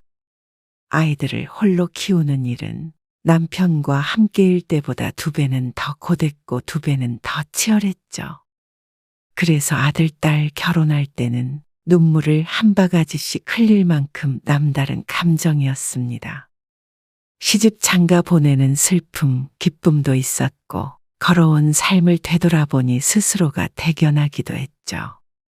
아들과 딸 모두 서울에서 직장에 다니며 가정을 꾸렸고 신 씨는 여전히 충남 바닷가 마을에서 살고 있습니다. 성배야, 엄마 15일에 병원 가. 15일이면 월요일이요. 그래. 그날 가도 괜찮니? 너희 바쁘면 검사만 하고 내려가고. 아니에요. 집사람도 오후엔 집에 있는데요. 뭘? 알았어요. 그래. 그럼 그날 보자. 신 씨는 1년에 4번 서울에 갑니다. 자식 보고 싶어서 놀러 가는 것은 아니고 3년 전 서울에서 유방암 수술을 했기 때문이죠. 한쪽 유방을 절제했지만 다행히 수술이 잘 되어서 이제는 6개월에 한 번 정기 검사를 받으러 올라갑니다. 그리고 그럴 때면 아들이나 딸 집에서 하룻밤 자고 왔습니다. 검사하고는 아들 집에서 자고 다음 주 검사 결과를 들으러 올 때는 딸 집에서 묵곤 했죠. 처음부터 그랬던 것은 아니었고 서울까지 기차를 타든 시외버스를 타든 서너 시간은 걸리는 터라 당일에 왕복하기엔 건강에 무리가 간다는 판단하에 아들과 딸이 상의를 해서 결정한 것이었죠. 그 전까지는 매번 아침 일찍 올라갔다 오면 저녁 늦은 시간이었습니다. 아들, 딸이 서울에 산이 좋겠다며 주변 사람들에게 부러움을 샀죠. 2주 뒤에 신 씨는 시외버스를 타고 서울로 올라갔습니다. 오전에 검사를 해야 했기 때문에 아주 이른 시간에 집을 나섰죠. 병원에 함께 갈 보호자는 없었습니다. 월요일 오전엔 아들 며느리, 딸 사위 모두 직장에 있을 시간이었습니다.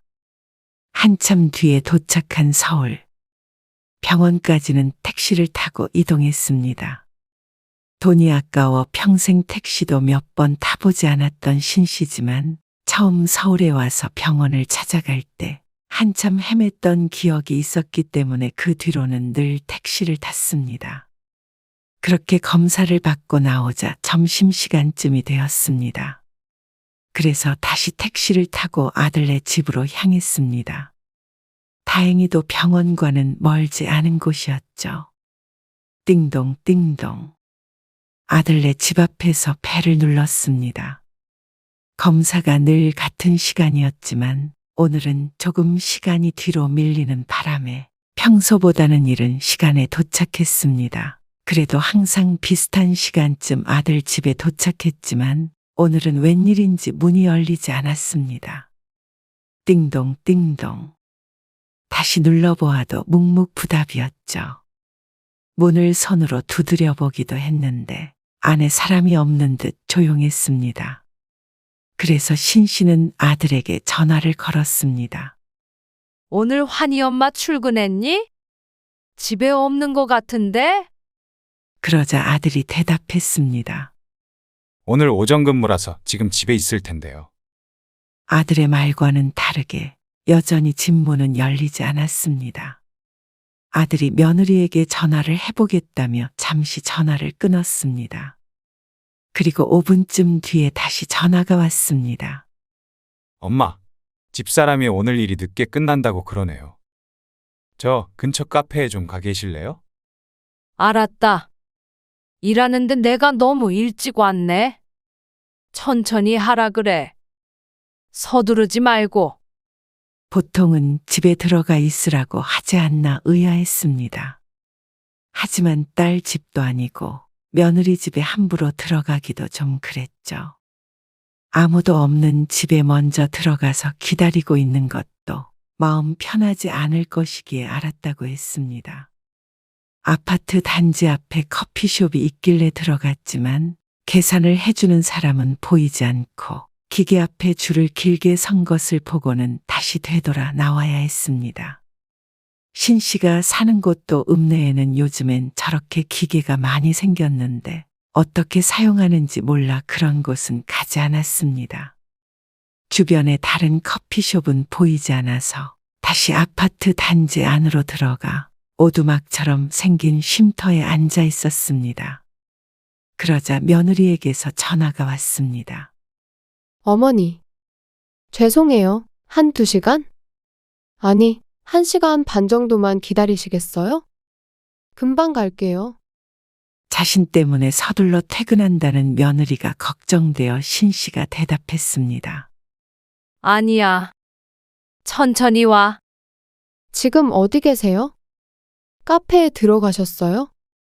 괜히 이 앞에 앉아 있다고 하면 며느리에게 부담만 줄까 싶어 말을 이었습니다.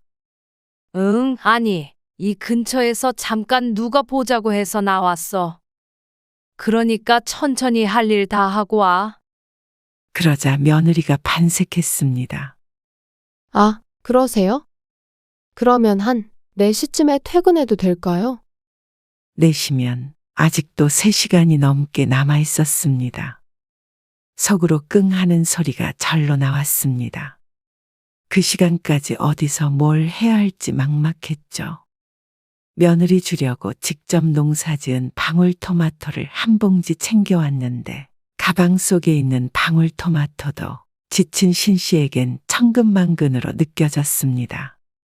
하지만 이제 와서 집에 내려가겠다고 하면 괜히 며느리 탓이라고 생각할까봐 가겠다고 하지도 못했습니다. 그래, 너 도착했다고 하면 그때 갈 테니까. 걱정 말고 일해. 며느리가 안심하며 전화를 끊었습니다. 그리고 신씨는 핸드폰을 붙잡고 하늘만 쳐다보았죠. 그나마 날씨가 선선해서 있을만 했지만 그렇다고 3시간 넘게 바깥에서 앉아있기만 할 수는 없었습니다. 혹시나 하는 마음에 딸에게 전화를 걸었습니다. 성주야, 너 지금 일하지? 어린이집 선생님인 딸은 이르게 퇴근하는 날이 있어 혹시나 해서 물어보았습니다. 어린이집이지. 왜? 서울이야? 응? 네 새언니가 오늘 일이 늦게 끝난대서. 혹시 너 일찍 퇴근하면 너희 집에 갈까 했지. 아, 오늘 애 아빠가 야간 근무라서 지금 집에 있을 텐데. 그래서 좀 그런데 자고 가게?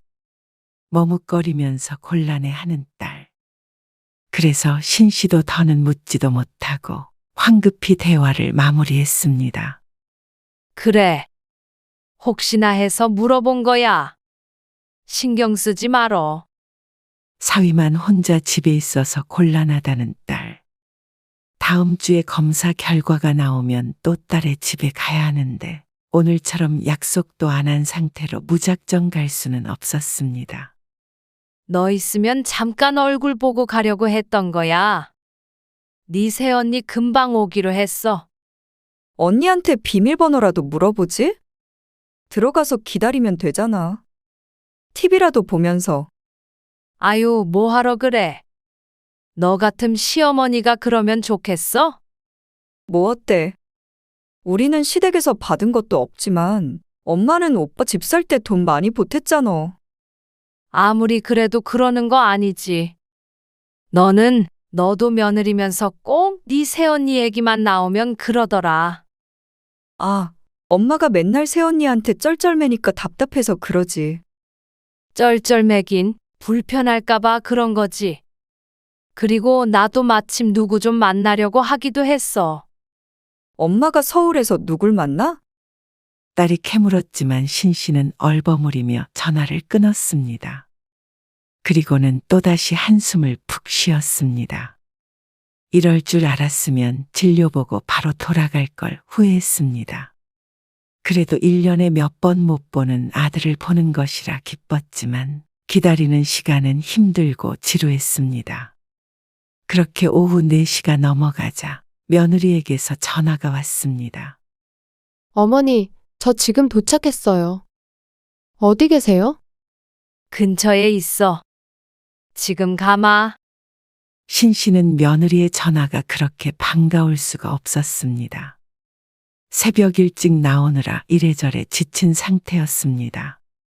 유방암 수술 후 면역과 체력도 많이 약해져서 조금만 움직여도 금방 지치곤 했습니다. 근데 여기 단지 앞에 감자탕 식당이 있는데 이것 좀 포장해 갈까? 신 씨도 집에 시부모가 방문했을 때의 불편함과 걱정을 알고 있었습니다. 자신도 며느리였던 시절이 있기 때문에 이해하고 있죠. 국 하나 끓이는 것도 신경 쓰이고 반찬은 뭐 해야 할지도 골치가 아픈 게 당연했습니다. 그래서 일하고 와서 이것저것 신경 쓸 며느리가 걱정됐습니다. 감자탕이요? 거기 맛있어요. 애 아빠도 좋아하고요. 그러자 며느리가 굉장히 좋아했습니다. 애들은? 애들은 학교에서 먹고 오죠. 저희끼리 먹으면 돼요. 그래서 신 씨는 감자탕 집에 들러 음식도 포장해서 갔습니다. 이번에는 현관문이 열렸죠. 며느리에게 음식을 건네고 조금 앉아있자 아들이 퇴근해서 들어왔습니다. 애미야, 반찬도 꺼낼 것 없이 밥만 푸면 되겠던데. 거기 김치도 들어있더라. 네. 어머니, 그렇게 셋이서 조촐하게 식사를 했습니다. 그리고 난 내일 아침밥 안 먹으니까 차리지 말고. 그리고 아침밥도 아들 네 식구 모두 먹지 않고 나가는 것을 알기에 자신의 밥도 챙기지 말라고 했죠. 처음 아들네서 잤을 때 다음날 신 씨의 밥만 차리는 며느리를 보고는 깜짝 놀랐습니다. 신경 쓴다고 썼는데도 자신 때문에 며느리가 고생을 하게 되니 말이죠. 신 씨는 오늘 일도 있고 이래저래 아들네서 자고 가는 게 모두에게 불편한 듯 했습니다. 그래서 다음에 검사하러 올 때는 바로 집으로 내려가기로 속으로 단단히 다짐을 했습니다. 물론 그렇게 안 보면 자식을 1년에 몇 번 못 보지만 자식들도 불편하고 자신도 불편한 일을 굳이 할 필요는 없었으니 말이죠. 이리 줘. 내가 치울 테니까. 너는 가서 씻거나 네 할 일해. 식사를 마치고 먹던 식기와 쓰레기는 신 씨가 치웠습니다. 간단한 설거지도 도맡아 했죠. 그리고 조금 있자 손자, 손녀가 왔습니다. 고등학교 1학년과 3학년이라 꽤 늦은 시간에 귀가를 했죠. 모두들 잘 준비를 하고 방에 들어갔고 신 씨는 거실에 이불을 깔고 누웠습니다. 고등학생인 손자들과 함께 방을 쓸 수도 없었고 안방을 뺏어서 잘 수는 더더욱 없었습니다. 그래도 TV를 켜놓고 잘 수 있어서 오히려 좋았습니다. 자는데 방해가 될까 싶어서 음소거를 해놓고 옛날 무성영화처럼 움직이는 그림만 보고 있었습니다. 조금 지나자 며느리가 잠옷 차림으로 나왔습니다. 어머니, 안 주무세요? 잔다. 뭐라고 한 것도 아니었는데 신 씨는 얼른 TV를 껐습니다. 그리고 다음날 누구보다도 일찍 일어난 신 씨가 이불을 정리하고는 나갈 채비를 했습니다. 다들 8시 전에 집을 나서기 때문에 함께 나갈 생각이었죠. 엄마, 터미널까지 모셔다 드릴게요. 아들이 말하자 신 씨가 손살에 쳤습니다. 아이고, 아니다. 아침에 차 많이 막힐 텐데 무슨. 서둘러 출근해야 하잖냐? 나야, 시간 많으니까 천천히 가서 버스 타고 가면 돼. 그래, 여보. 모셔다 드릴 거면 더 일찍 나갔어야지. 지금 출근 안 하면 늦어. 옆에서 며느리까지 말렸습니다. 나는 알아서 갈 테니까 너희는 출근해. 그리고 먼저 나왔는데 아파트 단지를 빠져나가기 전에 신 씨가 고개를 갸웃거렸습니다. 가방이 지나치게 무겁게 느껴졌죠. 안을 열어보니 어제 싸온 방울토마토 한 봉지가 그대로 있었습니다. 아이고, 이놈의 정신머리. 이걸 어제 꺼내놨어야 되는 건데. 아침에 짐을 챙기면서 검은 봉지를 봤는데도 그대로 가방에 넣고 온 자신이 바보 같았습니다. 나이를 먹으니 이렇게 늘 깜빡깜빡하죠. 이걸 어쩐담? 이미 어제 하루 종일 가방에 담겨 있어 이미 몇 개는 깨진 상태였습니다. 그냥 가지고 갈까도 생각해 보았지만 또다시 무거운 가방을 들고 버스 타고 내려갈 생각을 하니 막막하기도 했고 맛있는 방울토마토를 아들 며느리에게 주고 싶기도 했습니다. 그래, 요즘 과일값도 금값이라는데 신 씨는 다시 뒤돌아섰습니다. 신 씨가 나온 지 오래되지 않았기 때문에 아직 아들 며느리가 집을 떠나지 않았을 수도 있었습니다. 서둘러 가자 막 입구를 나오는 아들과 며느리가 보였습니다. 아이고 잘됐다. 아들과 며느리가 있는 곳으로 가다가 신 씨의 발걸음이 점차 느려지더니 이내 멈춰서게 되었습니다. 하도 분위기가 험해 보여서 더 이상 다가가지 못했죠. 당신은 왜 당신만 생각해? 며느리의 외침에 신 씨의 어깨가 펄쩍 뛰었습니다. 아무래도 방울토마토는 다음에 주기로 하고 돌아서야 할 듯 했습니다. 하지만 이어지는 며느리의 말에 발을 뗄 수 없었습니다. 그러게 어머니 서울 오실 때마다 우리 집 오는 거 싫다고 말했잖아. 그럼 어쩌냐? 엄마 지난번에 쓰러지실 뻔 했잖아. 아니, 아가씨네 가면 되잖아. 어머니도 며느리보다 딸이 편하실 거 아냐. 성주도 매부 때문에 싫다 그러니까 공평하게 한 번씩 할 수밖에 없었잖아. 다 싫다 그러면 나보고 어떡하라고. 그 말을 듣자 신 씨의 손이 떨렸습니다. 자식들끼리 회의를 해서 그렇게 하자고 결정했다길래 신 씨는 고마운 마음뿐이었습니다. 하지만 그 내막엔 이런 이야기가 숨겨져 있을 줄은 몰랐죠. 차라리 병원 근처에 숙소를 잡아드리면 어때? 아니, 어떻게 그러냐? 당신은 엄마한테 그렇게 말할 수 있어? 뭐? 내가 왜 말해? 당신이 아들이니까 당신이 말해야지. 그러면 장모님한테는 그렇게 말할 수 있어? 그러자 며느리가 말문이 막힌다는 듯 말을 멈췄습니다. 어차피 잠만 주무시고 가시잖아. 그냥 당신이 좀 참아. 자주도 아니고 1년에 2번인데. 아니, 잘 데도 없는데 거실에 누워서 지키고 계시는 것도 불편하고 오시면 청소도 해야 되고 식사 준비도 해야 되고 얼마나 신경 쓰이는 줄 당신이 알기나 해? 신 씨는 그 말을 듣고는 미안한 감정도 들었습니다. 조심한다고 조심해도 며느리가 불편한 건 시어머니가 아무리 노력해도 소용없었으니 말이죠. 그래, 식사하고 가는 거는 그것까지는 내가 양보한다 치는데 버스 타고 가면 저녁 때 도착하실 수 있는데 왜 굳이 남의 집에서 자고 가시려는 거야? 남의 집은 좀 심하지 않냐?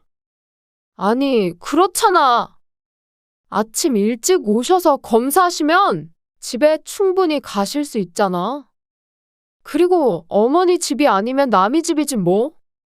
너는 아무리 그렇다고 집에 없는 척을 하냐?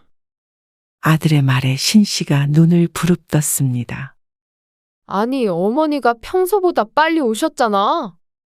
나도 준비할 게 있는데. 어제 엄마가 몇 시간을 기다리셨는데. 몸도 별로 안 좋은 양반이. 아니, 잠깐 청소만 하고 오시라고 하려고 했는데 약속이 있으시다길래 나도 좀 쉬었지. 내가 뭐 어머니 밖에다 몇 시간 동안 세워둔 것처럼 말하지 마. 뭐가 다 그렇게 불편해. 그냥 그러려니 해 좀. 아무리 생각해도 우리 집 살 때 어머니가 돈 보태셨다고 생색내시느라 주무시고 가시는 것 같아. 설마 그만하자. 그럼 앞으로 주무시지 말고 내려가시라고 말하면 되지? 매번 엄마 올 때마다 당신 등살에 내가 스트레스로 죽겠다. 그러니까 진작 그렇게 해야지. 이제 와서 뭐라고 말씀드릴지도 걱정된다? 당신이 알아서 해. 아들과 며느리가 무슨 얘기를 더 나누었지만 신 씨는 그 뒤로는 듣지 못하고 터벅터벅 뒤돌아서서 걸었습니다. 택시 정류장도 지나쳐서 한참을 걷다가 보이는 버스 정류장 벤치에 앉았습니다. 머릿속에는 아들과 며느리의 대화가 계속 맴돌았습니다. 처음엔 멍하니 정신이 없었는데 서서히 제정신으로 돌아오자 눈물이 찔끔 났습니다. 그리고 또 잠시 지나자 분노가 일었습니다. 신 씨도 누가 집에 와서 자고 가면 얼마나 불편한지 알고 있었습니다. 그게 부모 자식 간에라도 말이죠. 명절 때 아들, 딸네 가족들 전부 와서 자고 가면 명절이 지나서도 며칠 동안 몸살로 알아놓을 정도였습니다. 차례는 지내지 않아도 혼자 식사를 차리는 일만 해도 보통 일이 아니었습니다. 아들 가족, 딸 가족 전부 오면 8명이었습니다. 자신 몫까지 9인분의 음식을 몇 끼마다 차리고 치우고 하려면 몸이 부서질 듯 했습니다. 그래서 신 씨는 늘 명절이 기다려지는 것과 동시에 두렵기도 했죠. 하지만 자주 있는 일도 아니었고 자식들이 오면 그런 수고스러움보다는 반가운 마음이 더 컸습니다. 가족 간의 정을 나누기 위해서 그 정도 노고는 감수해야 한다고 생각했습니다. 하지만 얼마나 힘든 일인지 알기 때문에 신 씨는 그런 부담을 주지 않으려고 꼬박꼬박 챙겨 먹는 아침도 굶고 조용히 있다 가려고 노력을 많이 했습니다. 하지만 자식은 부모와 같지 않죠. 엄마가 1년에 2번 오는 걸 저렇게 치를 떠니 신 씨는 억울했습니다. 무슨 실수라도 하거나 살림에 참견이라도 했으면 차라리 이해가 갔겠죠. 그리고 약속도 없이 들이닥친 것도 아니고요. 자신이 먼저 재워달라고 한 적도 없었죠. 하지만 만약 자신이 먼저 재워달라고 했다고 하더라도 그게 그렇게 부들부들 떨며 부부싸움을 해댈 일인가 싶었습니다. 말 그대로 자식집인데 그 정도도 못 가나 싶었습니다. 돈을 보태주고 말고의 문제가 아니었습니다. 자식은 클 때까지 이 30년 동안 내 집에서 먹이고 재우고 키웠는데 자식 집엔 1년에 2번도 못 간다는 게, 가더라도 눈치만 봐야 한다는 게 참 슬픈 일이었습니다. 그리고 옛날엔 친척들끼리도 서로의 집에서 몇 날 며칠 놀다 가고 했는데 신 씨는 그게 당연한 삶을 살아왔지만 물론 요즘은 또 세상이 달라졌기 때문에 자신이 변해야 한다고 생각했습니다. 하지만 시어머니 문도 안 열어주는 며느리라니 참 기가 막혔습니다. 일하고 있는 며느리 부담 줄까봐 어제 몇 시간을 떠돌아다닌지 모르겠습니다. 집에 있었으면서도 없는 척 감쪽같이 속인 며느리가 괘씸했고 결국은 며느리의 말에 동조하는 아들도 한심했습니다. 그리고 다른 것도 아니고 검진을 받기 위해 멀리서 서울까지 혼자 올라온 엄마를 걱정하는 자식은 없었습니다. 신 씨는 정신을 차리고 터미널로 갔습니다. 그리고 버스를 타고 집으로 가는 길에 울적한 마음으로 딸에게 전화를 걸었습니다. 하지만 하소연하기 위해서가 아니었습니다. 딸도 자신이 묻고 가는 걸 싫어한다는 아들의 말이 떠올라서였죠. 아니길 바라며 딸이 전화를 받길 기다렸습니다. 엄마, 왜? 출근했지. 잠깐 통화 가능해? 응. 말해. 이제부터 병원에 올라올 때는 너희 오빠네서 안 자고 너희 집으로 가려는데 괜찮아? 응. 결과 들을 때 말고 검사할 때도? 그래. 그러니까 1년에 4번 너희 집에서 자는 거지. 그러자 딸이 대답을 못했습니다. 딸이 이전에 말했던 이론대로라면 딸이 결혼할 때도 신 씨가 돈을 보탰으니 그 집에 신 씨도 드나들 자격이 있는 셈이었는데 말이죠. 신 씨는 딸의 생각이 궁금해서 없는 말을 지어냈습니다. 아무래도 나도 네 오빠네보다는 너희 집이 더 편하기도 하고 성배네는 수험생도 있으니까 눈치가 좀 보이네. 새언니가 눈치 줘? 그게 아니라 딸이 더 편한 거지. 그러자 딸이 쩔쩔매며 말했습니다. 그런데 내 번은 좀 집도 좁고. 딸이 말끝을 흐렸지만 그 의중은 명백했습니다. 이렇게 친딸도 부모가 오가는 게 싫은데 며느리라고 좋을 리가 없겠죠. 신 씨는 이제 자식들의 뜻을 다 알았습니다. 그래서 마음을 고쳐먹기로 했습니다. 병원 갈 때도 오가지 못하는 자식집인데 남보다도 나은 게 없었습니다. 그러면 차라리 자식들을 멀리 사는 남이라고 생각하고 살기로 했습니다. 며느리처럼 말이죠. 당연히 남인 자신이 집에서 자고 가면 불편하겠죠. 자신도 그렇게 생각하기로 했습니다. 그리고 그렇다면 자식들도 같은 처지임을 꼭 알게 해주고 싶었습니다. 얼마 안 있어 추석이 되었습니다. 딸은 시집에 들렸다가 다음날 온다고 했고 아들네 가족은 명절 당일 오후에 왔습니다. 이번에는 신씨도 밥을 차리지 않았습니다. 뭐하러 그 고생을 해서 상 차려바치나 하는 회의감도 들었기 때문입니다. 뭐야, 음식 아무것도 안 했어요? 명절인데. 올해부터는 그냥 안 하게. 나가서 먹으려면 먹고, 집에서 먹으려면 먹고, 지금 식당도 별로 안 열었던데. 나는 배가 안 고프다. 신씨가 시큰둥하자 아들이 며느리의 옆구리를 쿡쿡 찔렀습니다. 그러자 며느리가 한숨을 쉬더니 팔을 걷어붙이고 냉장고 문을 열었습니다. 그럼 간단하게 차려서 먹자. 그래, 그리고 원래는 설거지는 무조건 신씨가 했지만 이번엔 밥을 먹고 나서도 소파에 앉아 일어나지도 않았습니다. 엄마, 다 먹었으니까 치워야죠. 그래.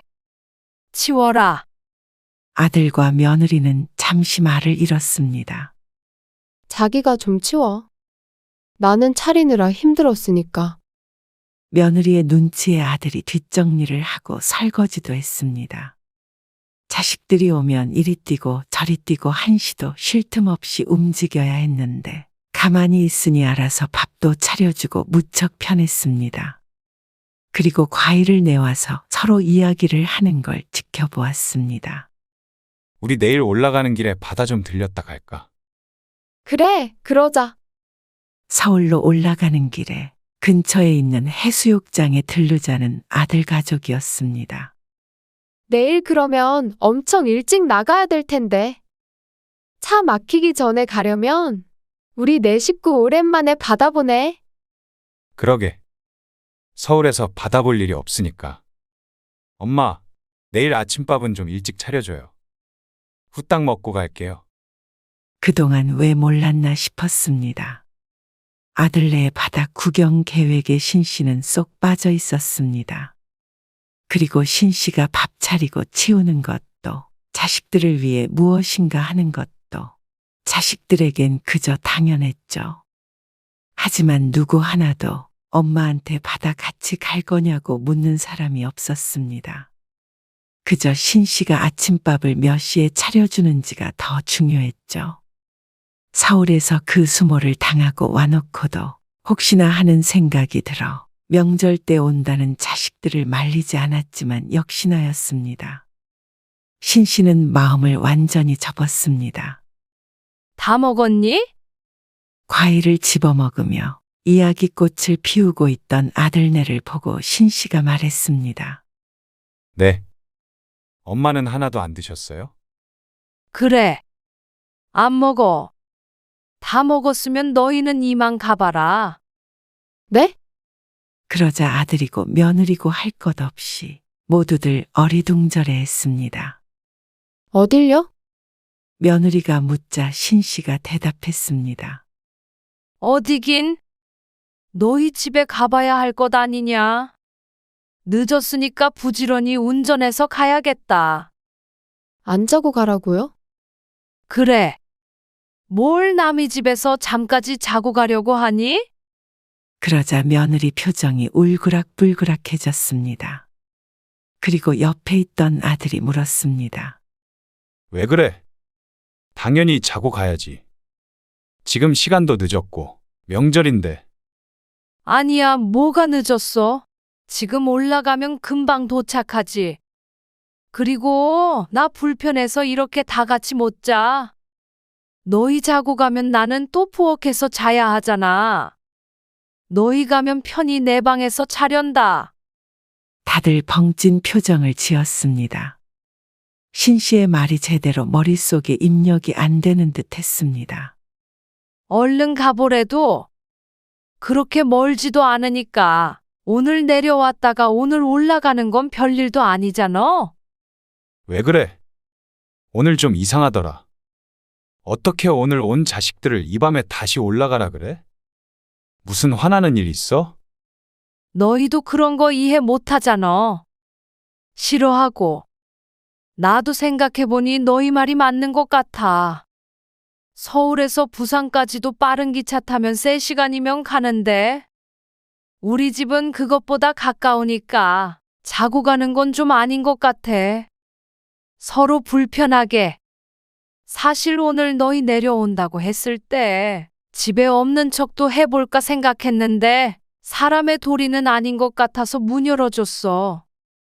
그러자 며느리와 아들이 사색이 됐습니다. 신 씨가 무슨 이야기를 하고 있는지 그제야 눈치를 챘죠.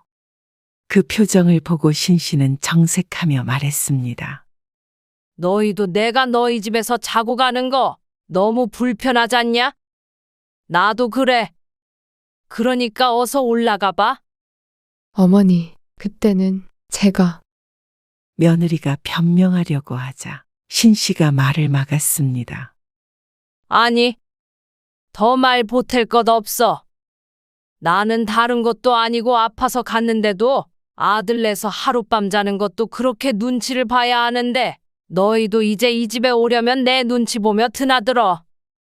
너희 자고 가는 거 이제 나도 싫어. 엄마, 그건 애엄마 입장도 좀 생각해줘요. 엄마도 할머니 오시면 불편해했잖아요. 불편하면 그래도 되는 거니? 세상에 안 불편한 사이가 어딨어. 부모 자식 간에도 불편하기도 하고 그렇지만 남도 아니고 가족이니까 서로 양보하고 감수하고 그렇게 지내는 거 아니야? 그런데 너희는 그렇지 않은 것 같으니까 내가 맞추겠다는 거잖아. 왜 너희는 안방 차지하고 맘대로 자고 가도 되는데 나는 1년에 2번 자고 가는 것도 없는 사람처럼 숨도 못 쉬고 눈치 봐야 하니? 왜 그렇게까지 말씀하세요?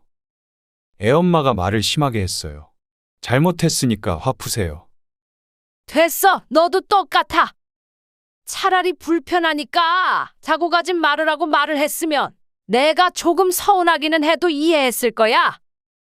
근데 집 살 때 돈을 보태서 생색을 낸다느니 그런 얘기까지 오갈 정도면 나를 어떻게 생각하는지 내가 분명히 알겠다. 엄마, 너도 마찬가지야. 차라리 우리 서로 먼 친척이라고 생각하고 지내는 게 좋겠다. 그럼 가끔 보면 반갑기라도 하지. 서로 예의 지키고 불편하니 잠은 집에서 자고. 나도 병원 갔다가 너희한테 들리지 않으마. 이제 속이 시원하니? 어머니도 며느리였으니까 이해하실 거 아니에요? 한 번 오시면 3-4시간씩 청소해요. 냉장고 청소도 하고요. 그렇게 정기적으로 오시는 거 불편했어요. 내가 언제 냉장고 문이라도 열어본 적이나 있니? 혹시 너 기분 나쁠까봐 벌벌 떨었다. 그리고 나 너희 집 놀러 간 거 아니다. 몸이 아프니까 하룻밤 좀 신세 진다는데 그게 그렇게 질색할 일이야. 너희는 휴가 때도 바다 구경한다고 와서 너희끼리 놀다가 잠만 자러도 온 적도 있잖냐? 근데 왜 남 부모라는 이유로 그런 취급을 받아야 해? 가족이 아니라 피 안 섞인 이웃이라도 하룻밤은 웃으면서 재워주겠다. 이제 잔말 말고 얼른 나가봐. 피곤하니까 일찍 쉬어야겠어. 너희도 알다시피 내가 아직은 완치된 게 아니라 암 환자 잤니? 신경 쓰이게 하지 말고 빨리 가. 신 씨는 일어나서 자식들을 모두 집 밖으로 쫓아냈습니다. 사실 손주들까지 있는데 이렇게까지 하는 게 속이 후련한 것만은 아니었습니다. 하지만 그날의 비참한 심정을 떠올렸습니다. 내가 자식을 생각하는 것만큼 자식이 나를 생각해 주길 바란 것도 아니었습니다. 하지만 남보다도 못한 것 같은 취급에 자신도 똑같이 하고 말았습니다. 그렇지 않으면 영영 같은 취급을 받으며 살아갔겠죠.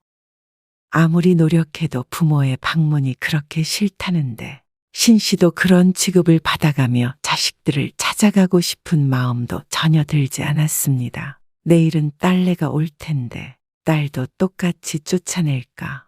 아니면 이런 말을 또 하는 것도 스트레스니 차라리 오지 말라고 할까? 그것이 고민이었죠. 거기에 신경을 쏟을 시간에 자신을 위해서 시간을 보내기로 했습니다. 스트레스로 인해서 건강이 더 안 좋아지느니 신경 끊고 살아가는 게 정신 건강에도 좋을 것 같았죠. 자식들에게 번갈아 가면서 전화가 왔고 문도 두드렸지만 한동안은 거리를 두고 생각하는 것이 좋을 것 같아서 받지 않았습니다. 신 씨의 마음의 문이 현관처럼 꽉 닫히고 말았습니다.